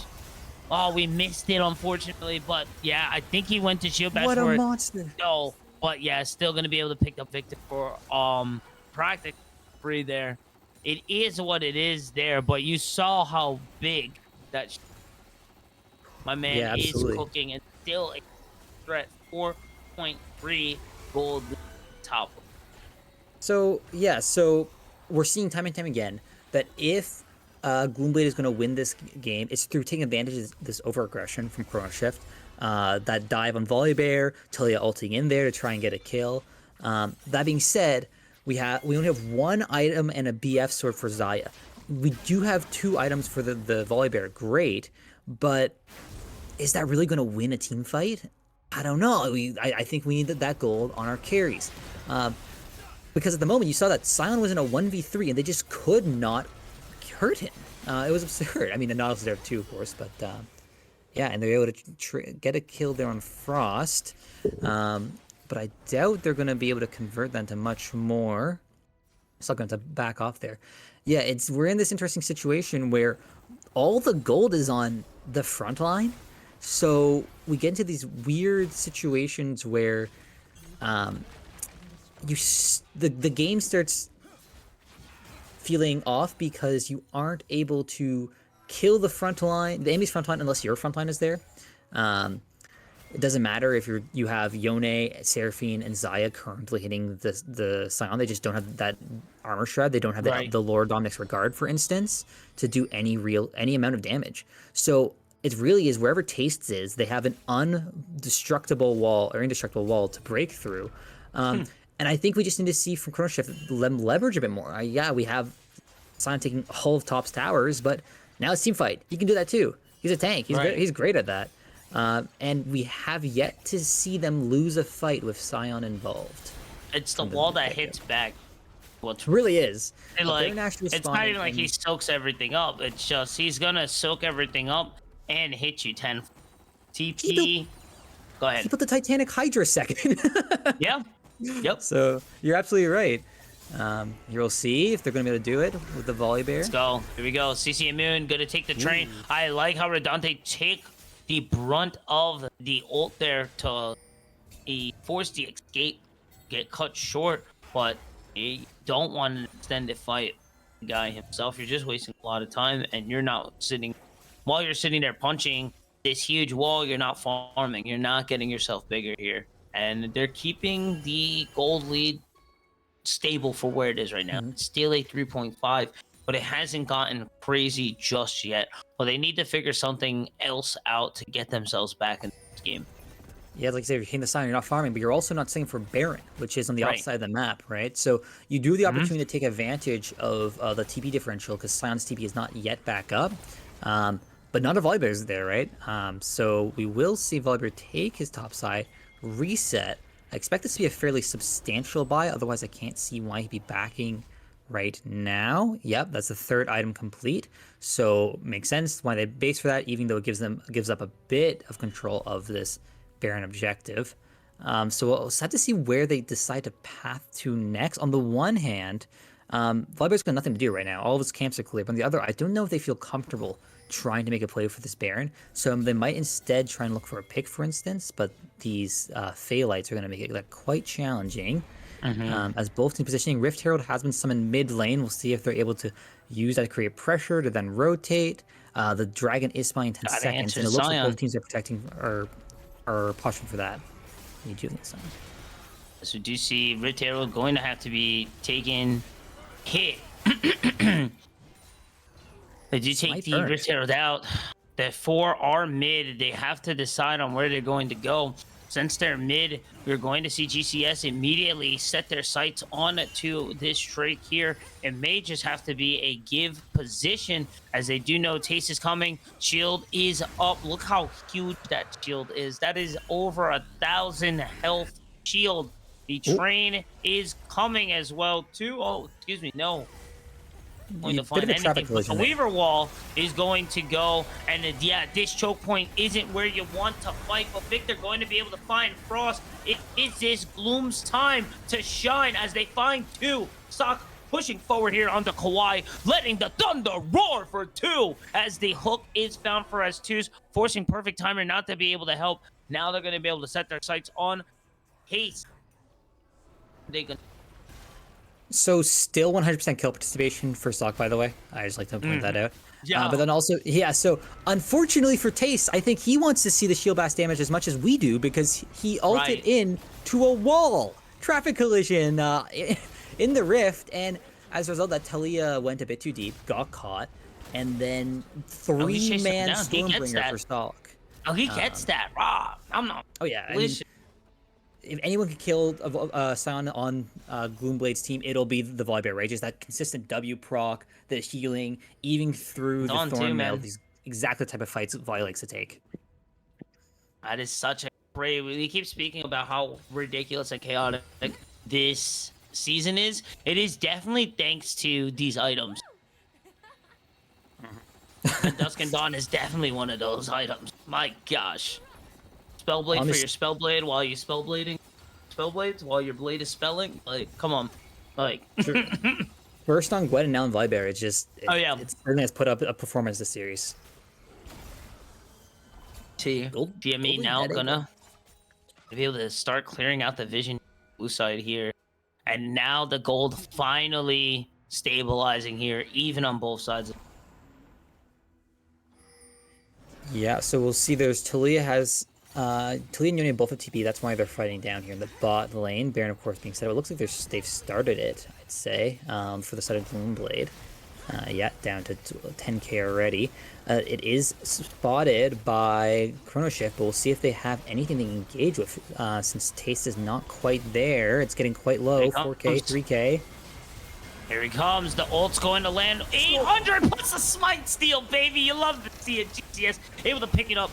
Jesus is low, but is going to be able to flash away. They are going to respond going into the full fight here. Perfect Timer very low, but Taste going to be able to find the ADC. Sock is going to be unstoppable right now. They're going to find 2 at a timer. 2 for 1 right now, but Baron's decided yes, sock on that side. Kawaii, run! It is a wild bear and a samurai. That's going to be 3 for the side of GME. GCS was able to get Baron, but at what cost? Was it worth it, my friend? As Sock being able to take down Case, if he's able to just, he doesn't have enough mana. He doesn't have enough mana there. And I think, yep, Tate's finally realized that he's gonna take his excuse me, camp there as his consolation prize. The rest of the team going to set their sights on 2 mid lane. My gosh, man, what a fight for this game 2. Yeah, if your Chrono Shift to start to sweat, all comes in, and that's it. If your Chrono Shift, you have to start sweating here because we talked about that protect the president composition, and the president continues to grow strong. Of course, always a monster, but you want to know is that when the Xayah gets to 2 items, there are 2 items now. When they get to that 3 item mark, they're going to be able to shred through your composition. Talia Pantheon is an incredibly powerful duo, but these late game situations are not their forte. They will begin to lose value when I look at the composition of Gloomblade, I can't help but think they'll continue to accrue it. So they're on a bit of a timer. They did manage to take the Baron, which is great for them, of course, but like you mentioned, they traded over quite a few kills to do so. So this dragon fight in 50 seconds is going to be crucial for Chrono Shift's chances of victory here, because if they aren't able to succeed it, then they lose that Dragon Soul win condition before Gloomblade has scaled out of control. Yeah, and it's kind of crazy. The gold finally shifting to the side of Gloomblade here. It is stabilizing back to even, but they were able finally to flip a 3,000 deficit. So that's a 6,000 gold shift. Yeah. Past game overall, which is, hey, it really is just showing how much gold is being traded within the hands here and how explosive this game and overall this season is. So this is week 2, guys. Give these guys another 2-3 weeks, get more comfortable with each other and with this season. It's going to be crazier at Ember Esports, and I just gotta say thank you all for tuning in and keeping it locked. And of course, always give the love out to our players here, playing their lives out here. If it wasn't for them, we wouldn't be here. And let's see how this goes down. And let's see if you're right on this push. Perfect timer going to find that hook onto Asdu Sock. Going to retreat back. The box coming down for Thresh. And now let the hear the thunder roar. Redante on the killing spree. It's looking good. The encore for Char going to hold down Kawaii. It's only 2 left for this side. And they are just falling as Taste is now the only one. Big damage. Clout is going to be able to find it on Victor. But it's not going to. They to survive on a Gloom. They are going to set their sights on this 3rd break point, 5th dragon of this game here, and then they can start looking for more turrets here. My gosh, I think we may be going to a full 3-game set here. I agree. That, like I said, it bodes ill for Chrono Shift, and I will say, Redante, though having had a pretty terrible laning phase, redeeming themselves with a great Fate Sealed, allowing to get completely decimated before the fight begins. Worth noting that this Sion has yet to land an ultimate in any significant manner in these team fights. Yet another one going into the wall. The Talia's Weaver Wall as well not really gaining value, and so you're starting to see that, well, this team was able to use these global ultimates to create effect in the early to mid game. In these late game fights, when you're all already positioned around, you throw your ult out, it does basically nothing, and then you don't have an ultimate ability for these fights. And then the Fate Sealed, into the box, your encores, these are the cooldowns that are able to fully take control of these team fights, and Gloomhaven is converting them into objective after objective, or at the very least, winning fights for them on these objectives, I suppose I should say. Yeah, the gold lead finally on Gloomhaven's side. And it kind of stinks here as well too. It's Earth Drake right now for the Earth Soul, though that's gonna help just these extended fights here where GCS is really bursty. They're going to be able to survive that initial damage, and when GCS is on cooldowns, Gloom is able to really prosper here. They just still need to respect Sion, And as long as they can kind of handle that and no shield bash shenanigans happens, they may be able to push this to game 3 right now. 2 towers behind us still, but looking pretty positive after such a chaotic. Yeah, it's always scary when you're already down gold and you are up towers because you notice that's a lot of staying on the map. They still have an outer tower to take, and those outer turrets, as the game progresses, become harder and harder to defend. So you expect that to have to fall at some point. And that's just be more gold in their pockets. The Xayah having just completed their third item in the form of Lord Dominic's Regard means they're going to be even more effective when it comes to shredding through Sion's health bar. As Baron spawns and Chrono Shift are the first to take positions. They have good wards here in the jungle, but Tastes might be caught out here, having to ult just to avoid being picked. Nice drifting out of there. Gonna not be able to take the full turns around. It's not the end of the world, but it's better to lose it there than to get picked. Going to force the flash at a perfect timer there. That should definitely help in the next skirmish as well too, to stop some of that engage that they have. And they're just gonna green light it here. I don't think they know that ward is there. Wow, they know. Troll ward's going to pop, and it is going to be into the bush. 9k and shrinking. No response here from GCS. They have the global ult, but they're just going to give their interesting take. 1.4k gold here. 1 point away from a soul. As now we see GCS going to grab another tower here in the mid lane. And now I think they're going to rotate, set their sights for the tier 2 bot. Gonna get 300 gold all around for the team, but I don't know if that was fully it there. Oh, landing. Nice drifting there. Gonna be able to find it. Finally, Sock going to field the mode, the double knockup, but now gonna respond back with their ult, and now GCS is just melting. They shouldn't have picked that fight. You poked the bear, and now you're gonna have to deal with the consequences there. That's gonna be 3, that's gonna be 4 down. Easy triple kill there for Sock.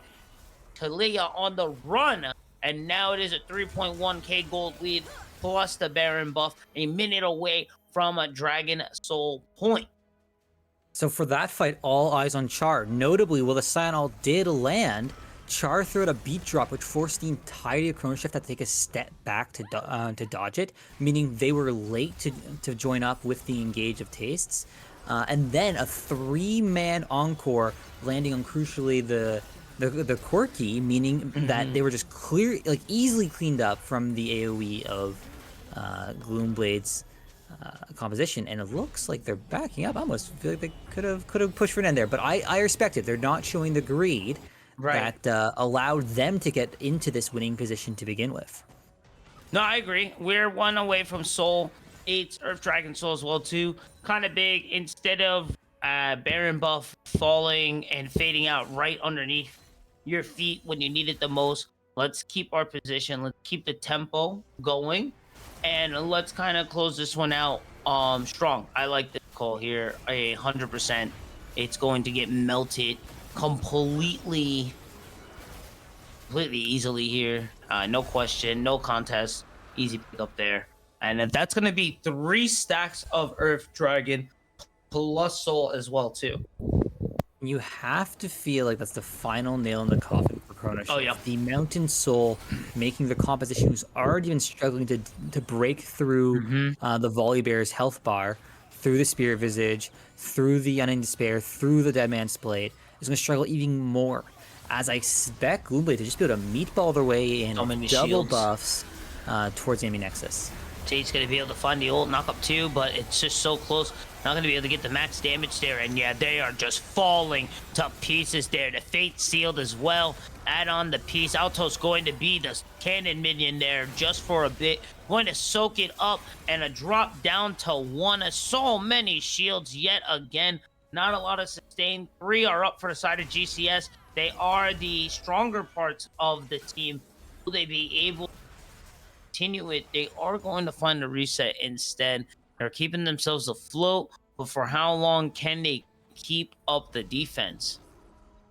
Yeah, almost feels like Gloomblade is toying with their food a little bit, but A I little bit. understand that they want to be sure that they are able to close out this game as opposed to risking a flip. It has certainly been a series for it. Both of these games, the team Hmm. with the early advantage managing to lose it in the mid to late.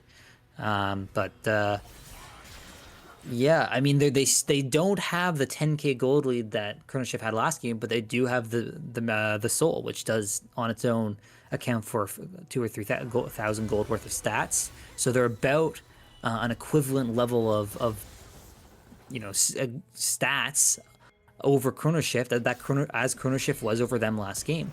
Um, and I'm Are you wondering waiting for for Chrono Shift, what Baron? do you do to win the No series? It way. might be having to you might have to combo either the Seraphine or the Zaya, and be or the Volibear can get in front of them, because that's what's happened the last two engages was the Volibear was able to just block the Scion engage. Hmm. Because other than that, I can't help but feel like at the moment, Gloomblade's DPS is just going to shred through you before you're able to get through them. No, I would have to agree. 1200 gold lead as well too. I feel like there's a lot of mid pressure, but there's side lanes, there's other lanes than just mid as well too. Granted, we have a gold lead, we can close out, force a fight. You don't want to force a fight, that's fine. Take out the other turrets as well too. Really shut everything down and close out every avenue possible. Force them to kind of play into your game here is what I feel GME should, and I like this rotation here. This is much better. Take the four of them out. You have Yon pushing down that bot lane as well too. The Flay going to go, the flash for perfect timer, looking for it. The feather dance as well too, the TP as well. And now you see they're out of the base. They are far away. They can't get away to Fate Seal to close the gap. Now you think that tower is keeping you safe? Not anymore. Sock going to force the dive down, and they are going to find 4. Make that 5. The tower, wait for it. It's a big wall. It's meaty, but we're going to get through it together as a team. And that's the ace. And now we have closeout here. GME going to tie up this ball game here, 1-1. Ladies and gentlemen, we're definitely going to a game. Yeah, for sure. I mean, well played from Gloomblade. I feel like Sock was single-handedly able to carry them through that shaky, dangerous early game on a composition like this until we were able to see the value of their drafting choices. In that last fight, the flash engage from Nautilus being entirely thwarted by Zaya just being able to click her ult button, allowing them to get a decisive game-ending fight. If I have anything to take away from either of these teams from the series, it's that going into this game 3, try and lose early. It seems to be working out so far. Right. Honest. It seems it doesn't matter who gets the early lead here. It just seems that it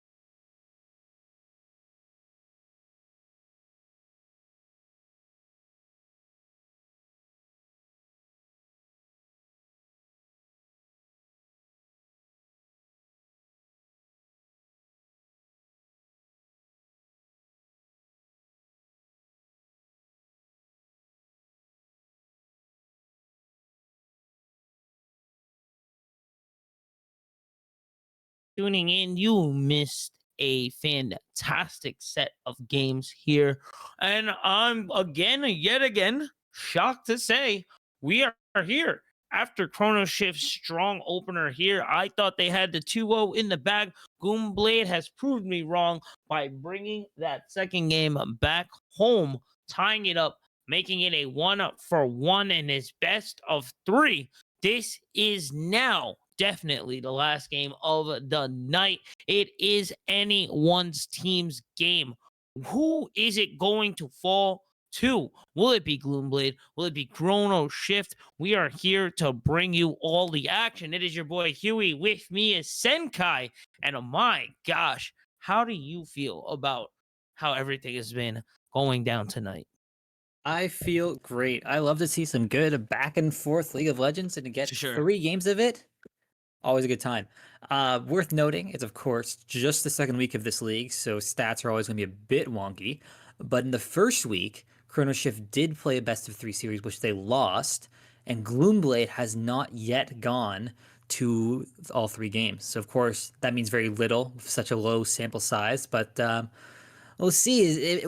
Who do you think that favors? Do you think you like that? You want to be on the position of having that experience, or do you want to be the position of you're going into it fresh without having just come off a 2-1 loss? I don't know, man. It's tough to be on Chrono Shift side. It's tough. To say the least. You were up 1. Now you're like, we got it. To then for the game to kind of flip the way it did, almost word for word, at a 3.5 gold lead, the 6K gold lead shift. It's almost textbook what happened for you guys. You just got to accept it, move on. I think it's going to really come down to whose champions pool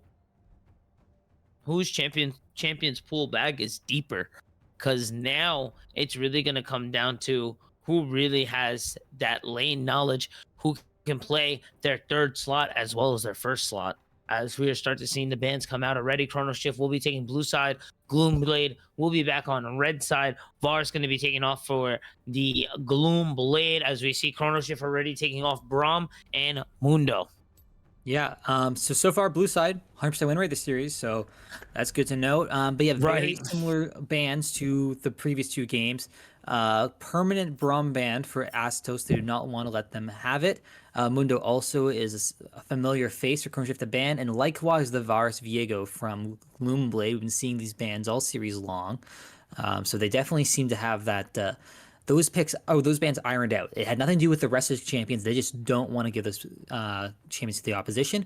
Now, what I want to see from both teams here is I want to see teams that or drafts that can team fight effectively, because in both of these games, we've seen that those early leads are not translating to quick domination. We're seeing that both teams have been given plenty of opportunities in these fights around objectives or in situations around dives to flip the game on its head. So I want to see them both draft champions that can take advantage of those situations. And I have to say, with these early 80 carries, I can see in both cases, Jinx, of course, being that reset hyper carry, but Ashe as well, with that ability to get picks, that incredibly impactful enchanted crystal arrow, able to completely knock someone out of the fight for a few crucial seconds. Pairing that with a Wukong, it looks like Gloomblade might be going for a bit of an engaged focus composition, but both of those champions do have those potent ultimates that I want to see both of these teams draft. Yeah, potent is a great word for these ults. Big game changers on the board here. And it always seems like, oh man, we're on game 3. This is the 3rd round of Fearless. Oh, there's like, what champions can we play? And there's still so many on the board. Jinx, Ashe, Wukong, Azir, Echo, all game changers, all huge characters that can flip the table right on its head and flip the entire game on its head on a dime. Sure, I'm going to be watching Frost. This is great. The Azir pick. And I'm sure we've all watched the pro games. We all know what an Azir can do, and I'm going to be incredibly curious to see how Frost pilots this champion. It's an incredibly demanding champion to perform. That goes without saying. I'm sure anyone who knows anything about League of Legends champions and that Azir is hard to play. And the Oh yeah. counter pick in the what I assume will be in the mid lane is the Malzahar. You're saying, we'll see how well you could pilot your mechanically intensive champion. I'm going to click my alt button and I'm going to That's win it. the fight. Press R, hang out, relax, easy. Don't have to stress so much on my third auto attack while I Q second W and all. They just press R and hang out. Call it a day. Look at a meme Sure. while you And we, burn. Like no. and we are getting those ultimates from Gloomblade, but I'm a little worried for them in the sense of both. I mean, the Cyclone is its own thing, of course, but No, yeah. both the Enchanted Crystal Arrow and the Nethergrasp are single target CC ultimates. And so far from Chrono Chef, we are seeing 3 champions that all have the ability to output huge amounts of DPS. So I'm a little worried that if Chrono Shift gets the gold on these characters, it won't matter if you CC one of them. The other 2 will be able to finish up the job after you burn those crucial cooldowns. Yeah. And it's really gonna kind of come down to how much is going to impact too. You gotta land that crystal ice arrow for it to matter. Mhm. It's always threatening, you're always worried about it. But if that thing is not landing, then it is really just there for show. But you have Malzahar, you have the Cyclone as well too. Should it be making it easier to land as we do get to this last round picks? It's going to be focusing out these support picks here, and in Ornn, as we see Nami, Milo, and Arel taking off there, as we now are on to Goomblade's 4th pick here. Where do you think they're going to be going here? Um, I'm not sure. I expect. Okay, actually, I was about to be wrong. They're going for the support here. I was going to say the thing about Chrono Shift Draft I'm not the biggest fan of is they have such high DPS champs already that I expect their top lane support picks to have to be a little more supportive, and I don't want to see that. I think that Tace has shown an incredible series thus far, and I want them on a champion that can carry the game. We saw they had such a huge gold advantage in last game with that Scion, but a Scion is not necessarily the champion that can be most impactful with what I believe was like there was a 3 or 4K gold advantage at some point. So I want them to see them on something that can carry the game, and I'm worried that this draft won't allow that. So Renata being picked for Gloomblade into the Alistair. I'm not convinced this is the greatest game for Renata, but Renekton does make it better. Renata is a champion that loves to counter engage. They love to play against these melee comps that meatball into them, and then they get them with that hostile takeover and can completely win the team fights off of that alone. And of course, the same way that their handshake operates, they like it when they have a bunch of melee champs running into them. So into Jinx's ear, even Echo with his incredible mobility isn't necessarily the best targets, but Alistair, Renekton are some of those meatball champions, so Alistair can of course cleanse the CC, but Renekton getting countered by Cho'Gath. So yeah, Renekton is as carry as you can get, I think, in these comps. I do believe it would be incorrect to play a hyper carry top laner when you already have a Jinx and an Azir and even an Echo. But we'll see. Cho'Gath is a champion that can neutralize Renekton, and we'll see if that's going to happen. Since Vedante has not yet been able to make his mark on this series after having solo killed, might I remind you, Tace at the very beginning of game 1. Yeah. And I gotta say, man, the top lane Cho'Gath, great pick there. We're getting right into it, ladies and gentlemen. This is the final round of the night. GCS will be taking that blue side. GME will be taking red. And I gotta say, man, I was really enjoying GME's overall team comp.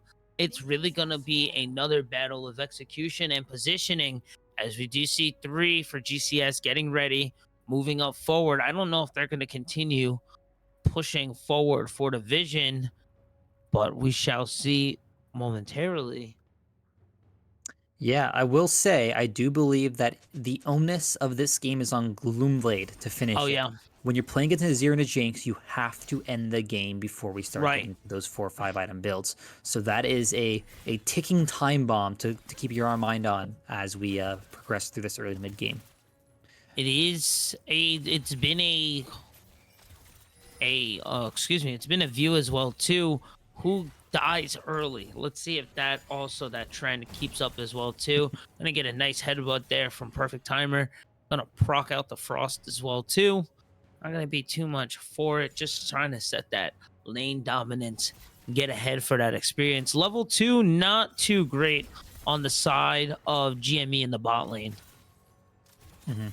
Well, I will say this lane state is to be expected when you play a melee Right. support like Alistar. You expect to have to cede the initial level up to the ranged support. So actually, I think they did a pretty good job with this early level 1, considering they haven't lost too much XP. That's really the measure you want to make sure that you follow, is that you still have that health bar to be able to engage once you do eventually get your cooldowns. A bit of a poke coming through there. We'll notice that Taste once again getting a bit of early pressure on, though I will note on the Gwen, though they were in a similar position, they did give over that first kill again, so keep in mind on that. Mid lane, as expected, between Malzahar and Azir is a bit of a farm fest early. Both of those champions were able to farm from incredibly long distances. But you can expect Malz to get the early push just because that's what that champion does. Big damage on Alistar, but we'll see if Kawaii Adam is able to punish. Alistar, of course, having that passive to heal himself back up slowly as the game progresses. But yeah, you expect Malzahar to have the early push, so we'll see if they're able to transition that into supporting, say, their jungler to get an early lead onto Chrono Shift's jungler. I think it's the good call here. I think the junglers are really going to be the ones making a huge impact here. Ooh, Taste gonna get a little taste there. Be able to get a small trade there, and wow, a huge lead in terms of CS as well too. The wave is going to kind of finally come to the side of Cho'Gath, but I think they're still missing a little bit. And speaking of a little bit, they may be taking or missing out a little more here. The stolen going to land. Yeah, really nice smite there. Oh, actually, no, excuse. No. It was smite. Sock will be able to secure that there. Whoa. Yeah. That was a scary spot there, though, to say the least. I thought perfect timer in, Echo there would have been in danger here. Gonna push and try to bully Redante there, and is gonna take a little bit there from that proxy.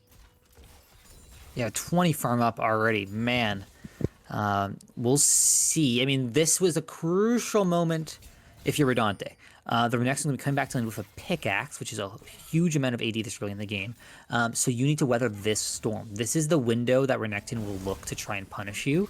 And you are just trying to survive until you get the levels and the stats you need to be able to manage this incredibly potent early game champion, the 1v1. Meanwhile, we'll see Malzar's having to look for an execute. Oh, close. The chase down there. Surprised bot lane did not respond there. There was a bunch of pings there, and just a little late on the reply there. And he's going to be able to get himself underneath. A little unfortunate, not the end of the world. Showing themselves some dominance there as well too, as we do see S2s trying to keep that wave from crashing. They did their job for the most part. It would have been nice to get it frozen there. It is going to slow push back to GCS side, but not the end of the world. I will say, if you're Char, you're loving the fact that you execute there. You burn so much time for the enemy jungler, right? Like your lane opponent is also matching you, and you get the Echo's flash. That's a huge cooldown burn before the first dragon spawns. So actually, I'd say that play even advantages the side of Gloomblade. Though we are seeing their support having to base as this dragon is up. But I do believe they will get back by the time that Echo is finished clearing their bot side camp, so it shouldn't mean much. We're getting the early bases for these first initial components. You're seeing the Faded Ashes, the Rectrix, the BF Sword notably, and both teams trying to get the stats advantage for this first neutral. But it's gonna be a slow start. Once again, I do believe last game as well, the first dragon was taken quite late, around 8 minutes. It was the first game, but there is precedence to series anyways.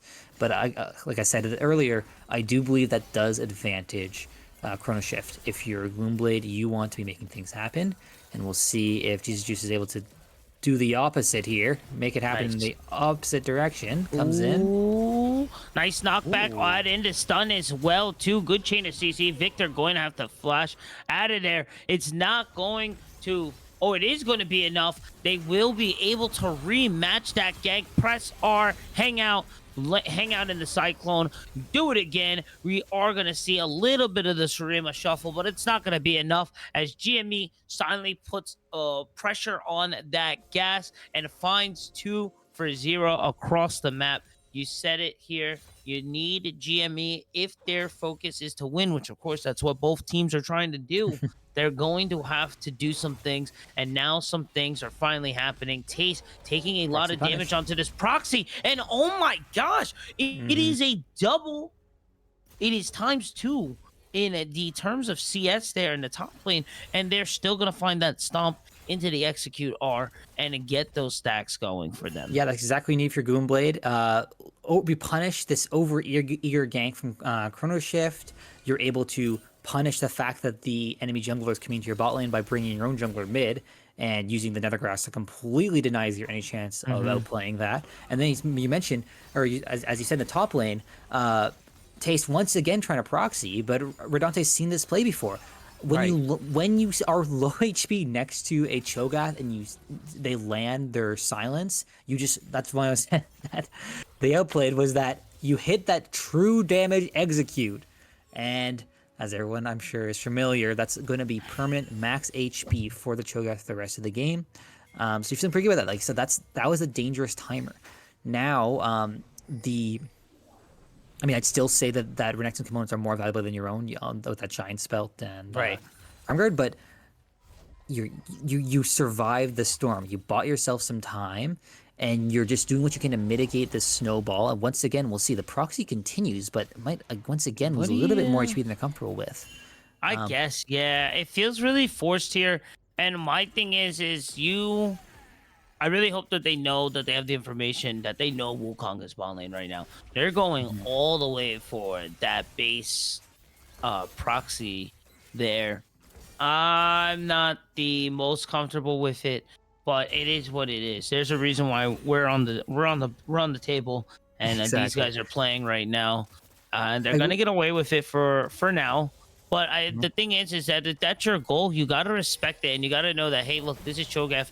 Even getting that hit there, trying to find the recall there. Astuce going to get hit, but gonna drop down the goofy gas. Is it going to help? I don't know. They're going to try to hold it down just a bit. It's not gonna be enough. They will be able to find a pick there in the bot lane. GCS now gonna take one and now rotate over, as we do see Sock rotating over for Taste there. They now know that Taste is into the jungle on the top side, so they're going to take that opening to rotate over to first Drake, which I think is a great call, but they might be able to respond here. But Frost going to continue pushing mid.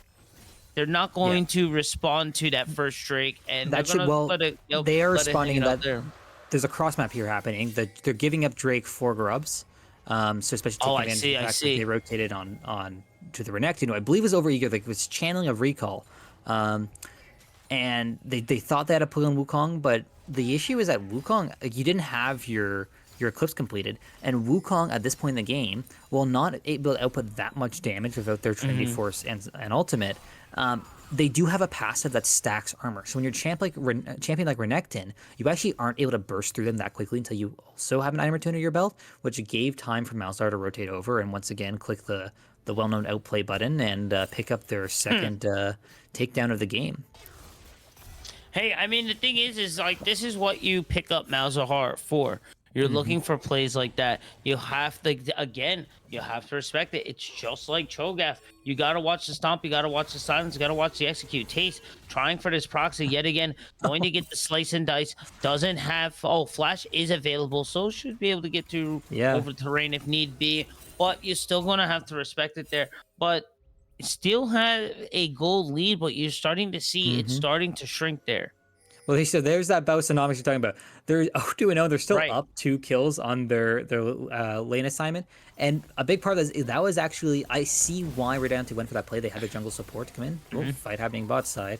Get the pull there. Just maybe back off. So they thought they could collapse and punish the Renekton, but they were so slippy that Taste was able to get out of that. And at the same time, Cho'Gath rotating to that Renekton meant they lost all of a wave's worth of farm and probably most of the XP as well.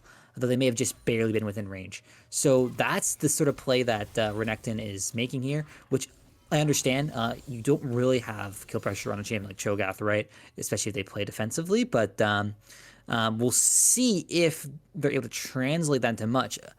Even though Wukong was pulled in to help their top laner, they're still up on farm on to the Echoes. So, ooh, flashing the Rupture. Oh man, I think he might be able to get that there as we do rotate over to the bot lane there. Perfect timer in a dangerous spot. Jesus Deuce was going to be able to pick up one, and we get our answer in the top lane there as Renekton is going to be able to get the solo bolo finally. It's going to be 1,200 gold lead for the top. The wall coming down of the Emperor's Divide. Going to come down for Frost there. Not going to be enough or force Jinx to force the recall, get out of that fight, and allow Kawaii and Perfect to get a few plates here as we are going to get that replay on to the top side there as we see just Redante very, very low, missing the knockout, the flash over, the slice and dice through the wall, pick up easily with an auto, and yeah, just going to keep applying that pressure on the top side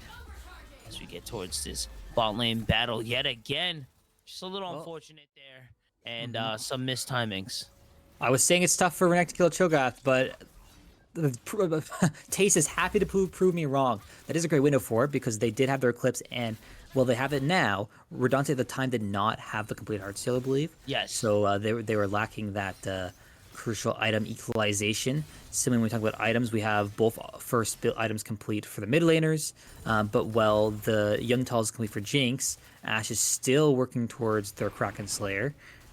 So that's a 1k gold there difference, it is again. mostly through farm. We'll see. Since they're constantly, with the help of their jungler, able to push in these waves and force the Gloomblade bot lane to have to reset and zone them off the farm. So we're seeing already nearly a 2k gold difference, which cannot bode well. That being said, most of it is on the Renekton, which is so much expected as an early game champion, but Jinx getting that gold advantage cannot be comfortable for Gloomblade. Already with a BF in the pocket as well, too, like you mentioned. As you do see this top side doodle fight, not going to be any full commits just yet. They're going to have to be a little careful here in the jungle. Wukong already completing his quest here. Jesus Juice going to have to kind of respect that just a bit and kind of lose that Grump there. Taste in danger. Nice bob and weave, though. Going to get away from the roam in the mid. Kawaii going to force that wave underneath. And yeah, you're starting to see that kind of push out there. The Kraken is going to be picked up there for the Ashe. So that should help in terms of damage. But I'm pretty sure, don't have to click on them, I'm pretty sure Jinx has the raw AD overall. And yeah, we know how crazy Jinx can get mentally and in game as well, too. I was going to say, that's a great word choice there. I'll say that, big trade happening in top lane. Rupture lands. I don't think it's going to be enough there. The knockup going to go through. He has the dominance growing, circling around him. A quick Q, a tower shot or two. Not going to be enough. We're going to get a nice dub into that tower and get that first tower as well, too. GCCe is going to expand that lead by 1,300. And again, it's just a lot of top lane shenanigans happening within this set. Yeah, Call the Week to finish it off. Rise Dragon spawns. It looks like Gloomblade is going to try and burst it down before TP. Chrono can respond. But yeah, TP coming in. It is finished. Oh, it hits. Dragon's completed, but big gas going to hit onto Taste, but it's not going to be enough here. Here comes the engage. Here, the double cyclone going to spin to Emperor's Divide, going to separate some of the team, but I don't know if it's going to be enough. Kawhi's getting hype, is going to find two. This might be what GCS needs to really extend this lead here. They're going to find, they're not going to find a Drake, but they're at least going to find two in response. I kind of like this answer here with the 3,000 gold lead and now showing +2 on the map as well, too. They lose the dragon, but a massive headbutt pulverized combo from Alistar is able to lock them up enough for the rest of Chrono Shift to come in and finish the job. And I'm just saying, this is starting to look a bit familiar. Blue side, AP jungler, Dusk and Dawn. It's kind of weird. I suppose the first game it was on the top laner. Regardless, AP Champions Dusk and Dawn are looking very powerful this this series. Oh, flash another There it gas. is. Nice, very Yeah, skillful. it is good. Yeah. Took a lot to get that ultimate down from Char down. There was Gonna a be able to flash. force.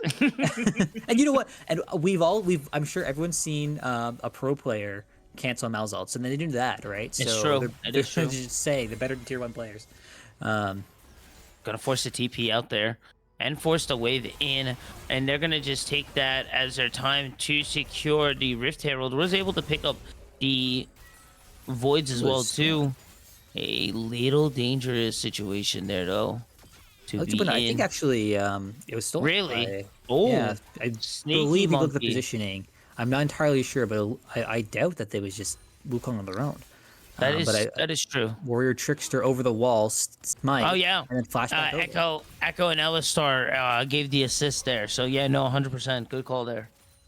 That being said, unlikely to be the end of the world for Chrono No. Shift. It's not exactly like a soul steal, but I'm sure that for the morale of Gloomblade, they'll be very happy to see Sock pick that one up.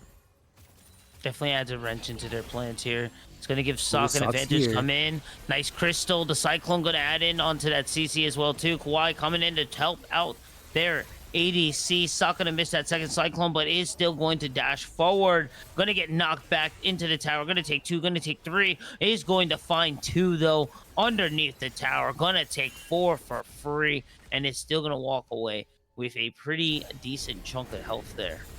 Yeah, really well played by Gloomblade. They've got the Rift Herald here and as that well Rift to continue Herald to too. extend the play. But yeah, I don't honestly. That was insane enchanted crystal arrow from the Victor Sissa there, landing on Jinx, allowing Wukong to gap close, and he saw both of those kills were under tower and looked like they were just about to make it out. So by the slimmest of margins, a massive play to Gloomblade, and that should help them catch up a bit on gold. You'll see they're still behind because while they have the Rift Herald to take the bot lane outer, Chrono Shift has a Renekton to take the top lane outer, and that's already been done. So towers equalized across the Rift at the moment, as we will have both neutrals spawning up in about 1:30. So that's where the next big point of contention will come out. We'll see.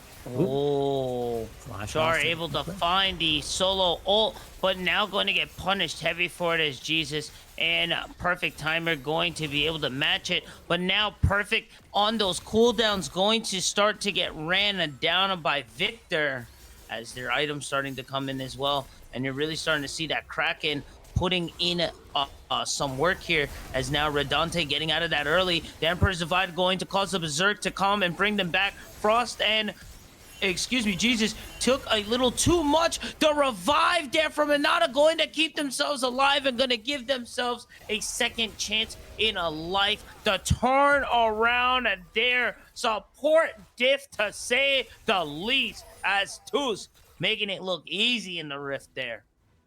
Wow, yeah, very impressive, honestly. Yeah, it almost looks like Echo canceled the auto attack on the E there with the ultimate.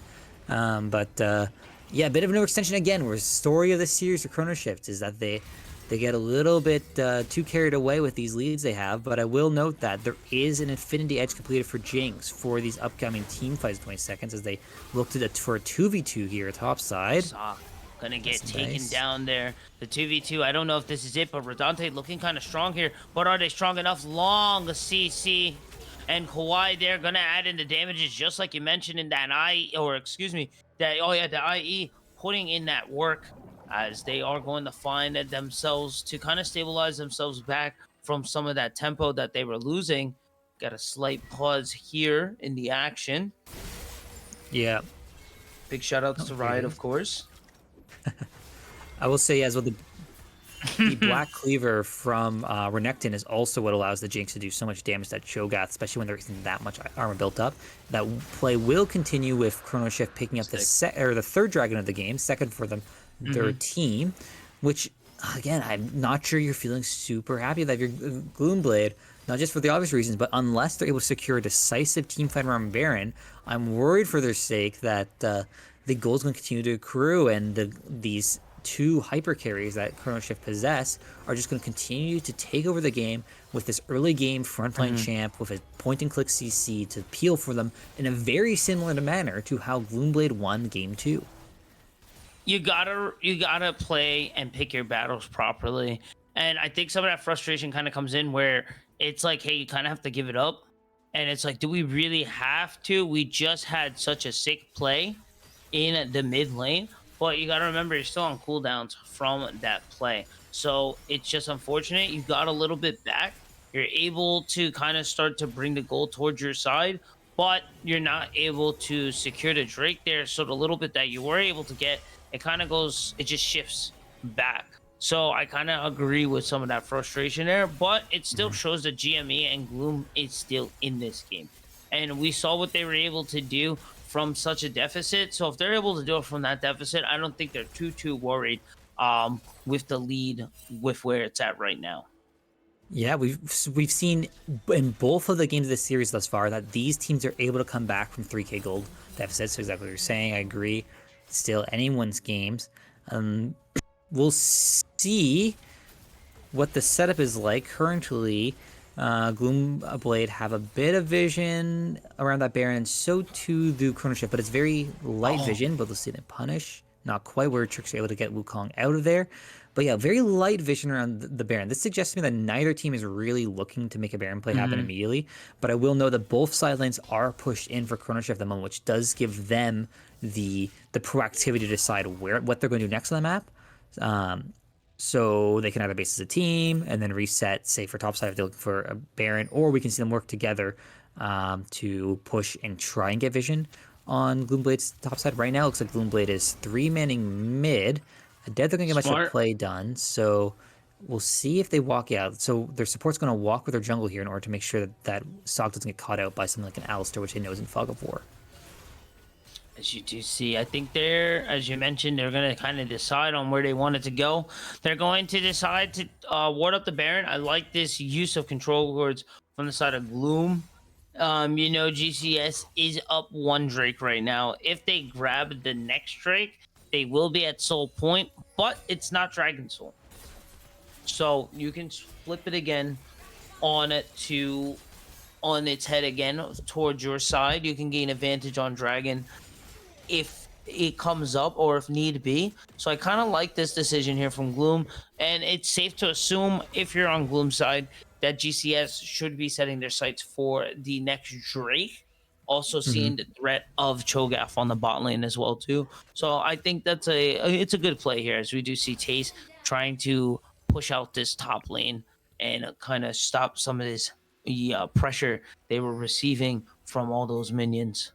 So as Cho'Gath just reset to finish Unending Despair, I will note that Jinx already has Runons. That's 3 items already on a Jinx. Yep. You have 2 items on Azir, so this makes it more crucial than ever for Gloomblade to land their crucial crowd control abilities, especially something like a hostile takeover, landing on Jinx and forcing her to call through her own team could be incredibly fight winning, even with the goal disadvantage.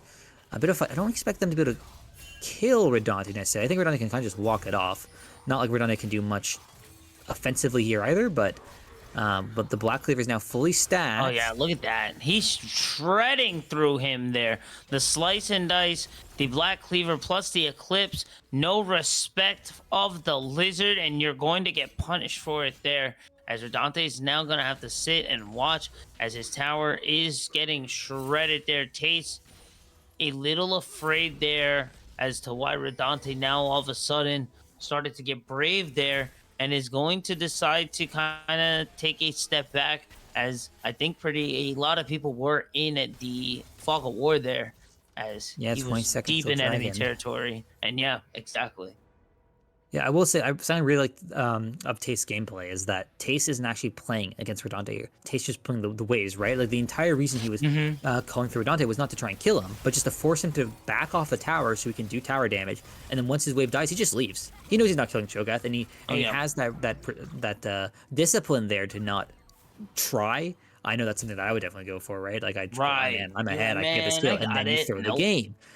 Instead, they try and start the Baron. Gloomblade does shift to respect it, and they're going to try and trade, it looks like. I feel like Chrono Shift isn't actually on the map enough. Let's see if they're actually quick enough, because Gloomblade's already shredded this dragon. They might actually even be able to try and walk up and see they if have they're the able to Crystallize Herald too as well too. 10k left onto this We should see the arrow fly any second here. 6K and fading. 5, 4, 3, 2, 1. Add the smite. See you later. Let's see the response. Crystal Ice Arrow going to fly, going to find perfect timer. They're just going to and walk it off there. So like I did mention, it is going to be a gentleman. Sock looking for a pick, waiting for some recalls to land, as now Frost is going to have to slide himself under the tower for safety. Sock trying to get a little more. Timer going to knock him away.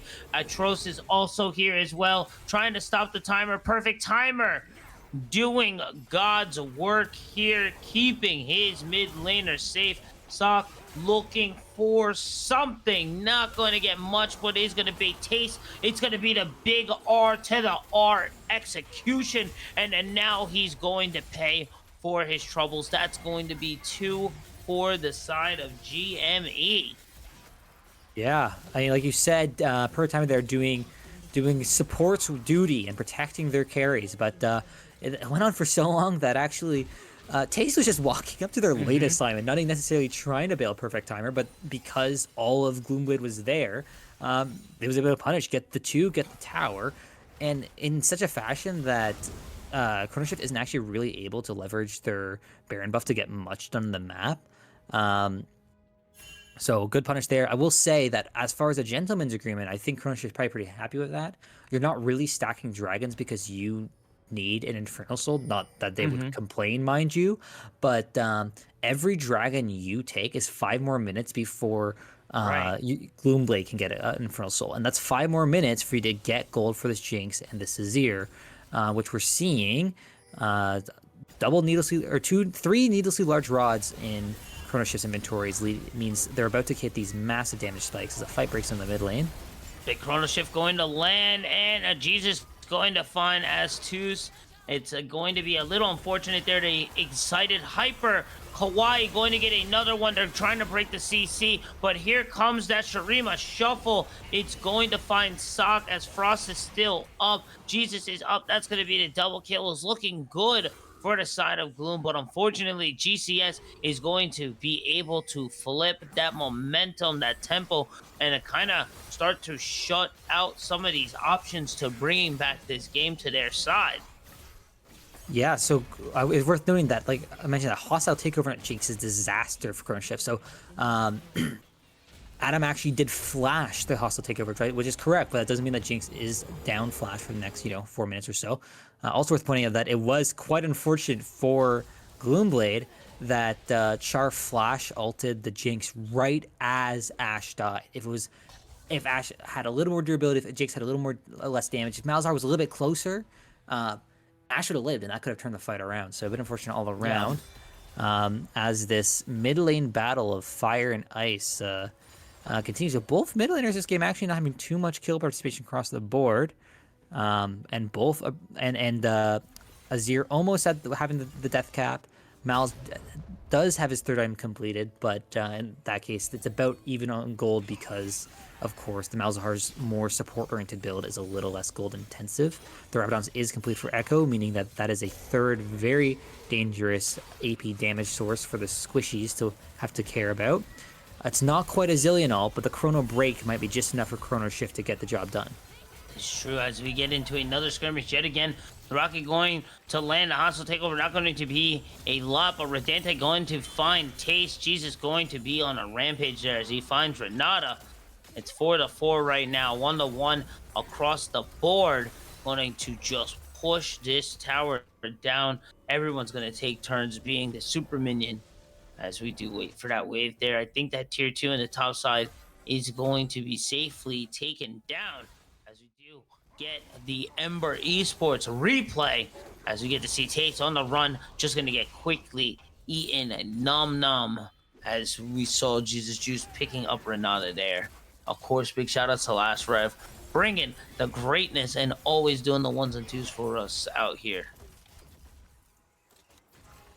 Sure, seeing a bit more of the play you have here. Cho'Gath is stacking health bar. I mean, it looks like he's at 4,000 or 5,000 health by now, but you just have to ask yourself, is it enough into a almost 3-item Azir and a nearly 5-item Jinx, looking like the Bloodthirster is going to be next on the menu. That champion. Yeah, it's definitely we're at 7.5k gold now for Chrono Shift, and this is looking very similar to game one now. Like we have this chokehold getting established on the rift, but we have seen that Chrono Shift can overextend. And again, I think actually it's for my money, it'd be the hostile takeover is the cooldown on Gloomblade that can turn the tide of this game if anything could do it. So that's a crucial cooldown to watch. I think it's actually a mistake for Renata to use it on anything more than the Jinx. The Azir as well, with all Yeah. the attack speed that Champions builds, is also quite a strong target. But they actually have Gloomblade has priority here for the dragon. They might just be able to melt it down, especially if a Cho'Gath ult to secure it. They can take I don't know this if you well. really want to use the Cho'Gath ult there, but Wukong's going to be able to grab the Cyclone. The Chrono Shift going to bring back Jesus out of a dangerous situation, and Sock going to take the punish for it. So you were able to secure Drake, but at what cost? Char going to fall as well too. Only 2 more left on the members of GME, and they are also going to fall. That's going to be the ace. GCS holding it down. They should be able to clean this one They out have a and mid-wave. close this one out. Midwave is there. The TP coming in. Taste finishing up those last few minions. And my gosh, 31 minutes. And it will be the end of this set here. GCS closing down the last 2 towers. Looking at the Nexus, the 10, the 0, the game. GG's well played to GCS. Closing out tonight with a strong 2-1 finish. Yeah, for the second time this game, Chrono Shift trades Dragon for the team fight.